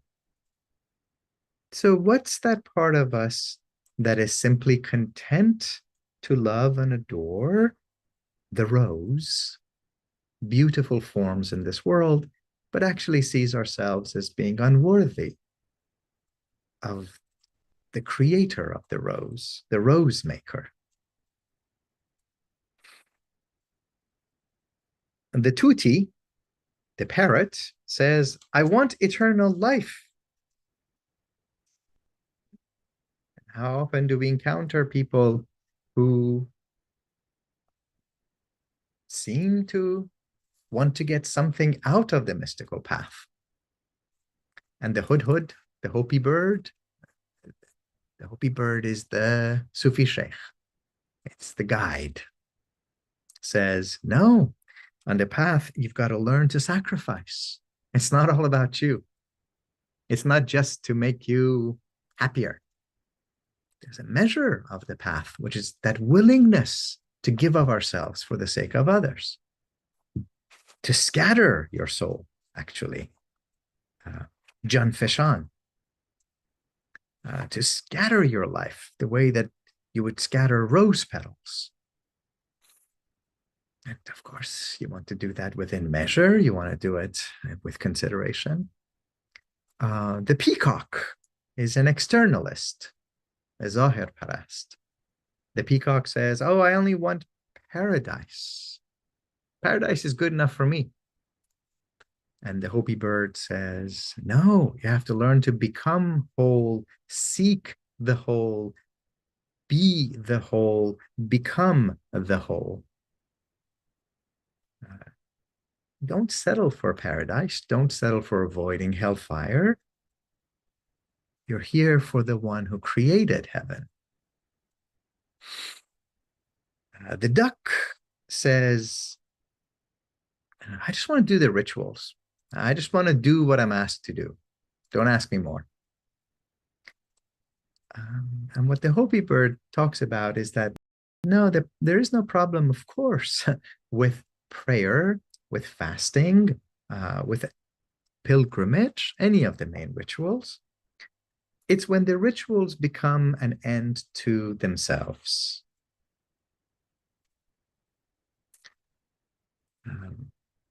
The partridge becomes obsessed with the fruits of spiritual experience.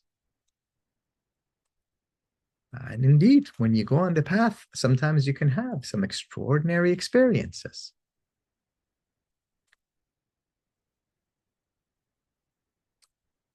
But in our tradition, we're also taught that the only way to advance is when you see them and you say, this is not what I came for.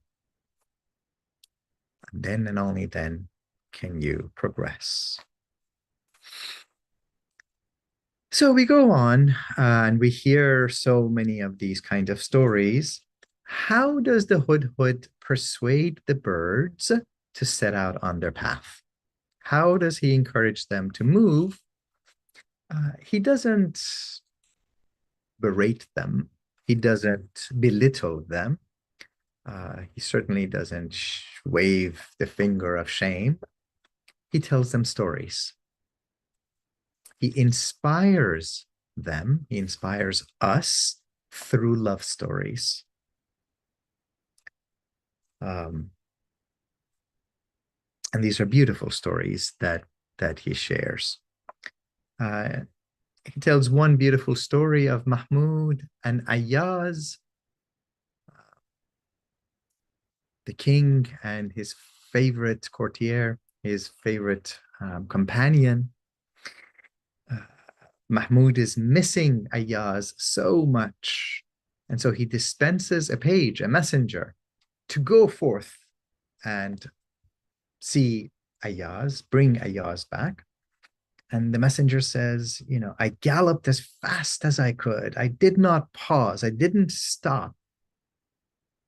I can imagine him riding through the desert on the speediest of Arabian horses. He says, I arrived at the place of Ayaz, and behold, there was the king already sitting in a friendly embrace with Ayaz. And I said, Your Majesty, how did you get here so fast? I galloped. I didn't pause. I didn't stop. I came as rapidly as one could. And the king answers, Man rahi dozdi didaram suya. I have a secret way towards him. I have a stolen secret way. And if you stop to think about all of this being allegorical, the ultimate king, the king of kings being God, God has a secret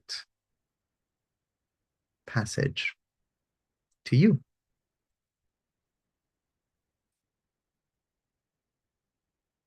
That when the messengers are dispensed from the divine court to creation, God is here before the messengers arrive. And that secret way, of course, is the breath. That God is hidden in the breath.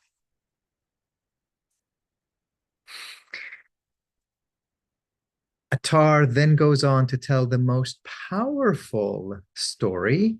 This is one of the most dramatic stories in the whole of Islamic literature.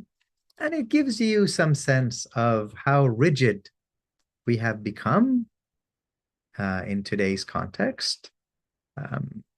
This story was ubiquitous in the medieval literature. I even remember hearing it on radio growing up in Iran, even after the revolution.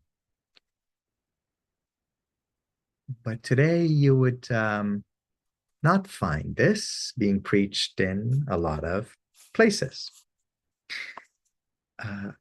This is the story of Sheikh San'an and the Christian girl.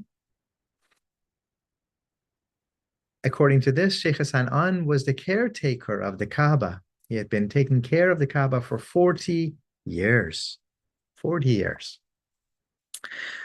And one night he has a dream that he is bowing down to an idol, someone so beautiful as to be worthy of being worshipped in Byzantium, in what is today Turkey and Greece. And so he goes, and he's accompanied by his disciples. And he arrives and he sees a young Christian maiden, a beautiful one. And he bows down towards her beauty. And if you've thought that, this is the moment in which they run towards each other, slow motion in the rain, you watched too many Hollywood movies. No, this is Sufi literature in which the beloved can sometimes act initially in a cruel fashion, pretending to be cruel, to test you. Are you really here for love? Or are you here for favors? So the maiden says, old man, what would someone like me, so beautiful, have to do with you? Look outside my door. There's a long queue of suitors. But don't go. Don't go. Just stay here and burn a little bit.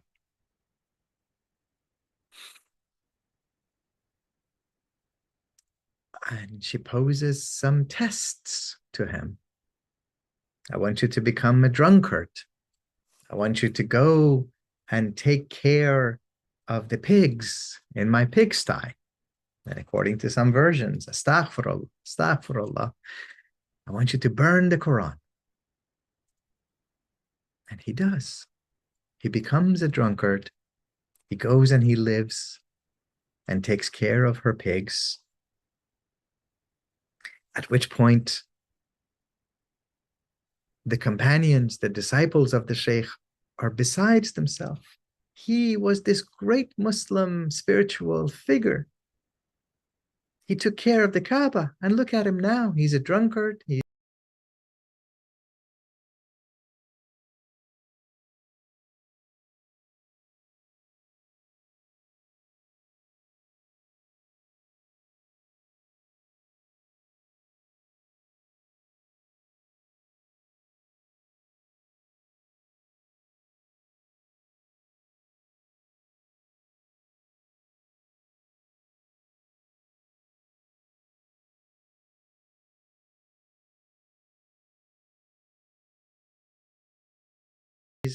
taking care of pigs. So they leave him and they come back to Mecca. And there they see the Sheikh's best friend and says, where's the Sheikh? And they say, well, the Sheikh lost his mind. The Sheikh went crazy. The Sheikh is in love with some Greek girl. And his answer is, what kind of friends are you? If he became crazy, you should become crazy. If he became a drunkard, you should become a drunkard. Turn back and go and be with your Sheikh. So they start heading back. And at this point, the Prophet himself directly intervenes in the story. If you think about it, if the story simply ends at that point where the girl is playing hard to get, forcing the Sheikh to do all these humiliating things, and the Sheikh has to abandon who he has been and the path, Well, that's not love, and that's not a love story. That's a dysfunctional, abusive relationship. What happens in the Sufi tradition is that at some point in the story, there always has to be a switching of roles. The one who was the lover becomes the beloved, and the one who was the beloved has to experience love from the lover's point of view, and these two keep changing roles. It's when you get to experience love as both a lover and a beloved that you reach a rank of completion in love.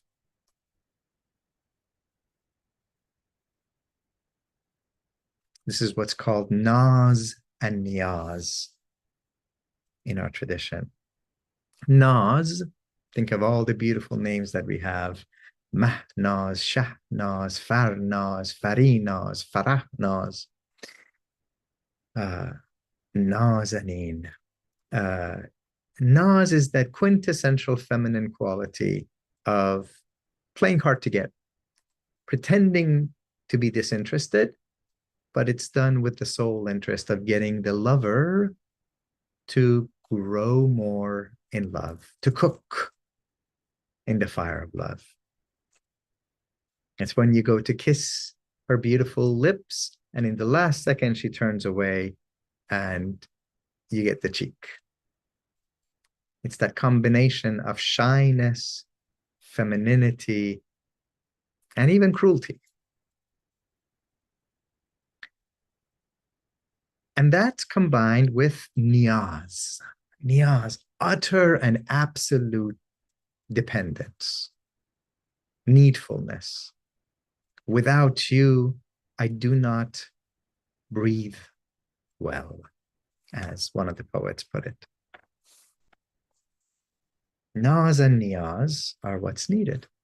Now, if you come back and you remember that this is an allegory, that San'an and the Christian maiden, they're both us, and they represent that relationship with Allah.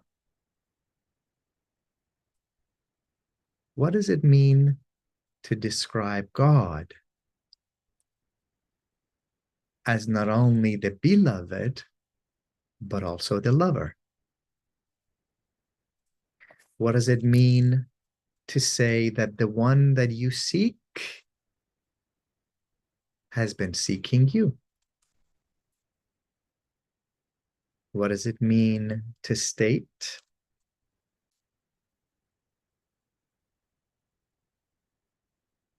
that God has been yearning after you long before you ever heard of the word God?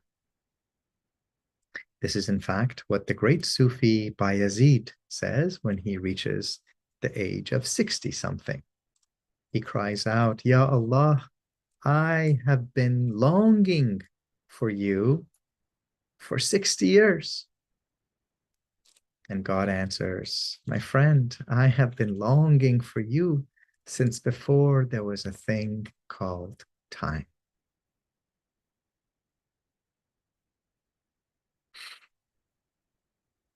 Hearing this story inspires the birds, animates them.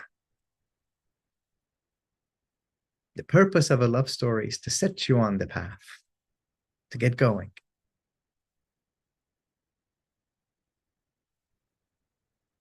And they do. The birds set out together on their spiritual journey. Collectively, we go in a caravan. Even though each one of us has work to do on our own heart. And they look, and what do they see on the path? Nothing. The path is empty. As Attar says, the path is devoid of any feature. And here's one of the great truths. What we experience on the path is that which we ourselves bring to the path. If you bring goodness, if you bring beauty, you will experience beauty. And if you bring rage and lust and passion and anger, that's what we're also going to experience as well. Now, they don't use GPS and they don't have a printout of a map. They go with a hudhud. They go with a spiritual guide. Because as Attar says, the guide has seen the path before, knows ups and downs.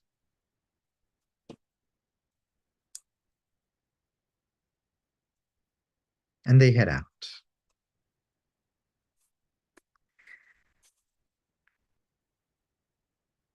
There's a lot of beautiful stories that we could continue to focus on. And Attar continues to tell you beautiful, beautiful tales. But in the interest of time, I'll get towards the end of our story, which is when they arrive at 7 valleys.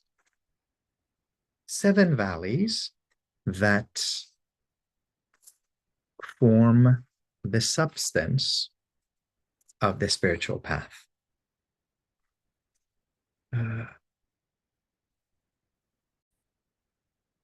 There's something about these 7 valleys,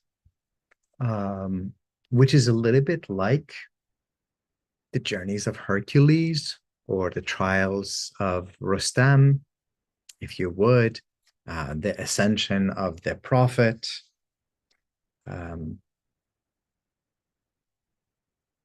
Hercules and Rustam go out there for their trials.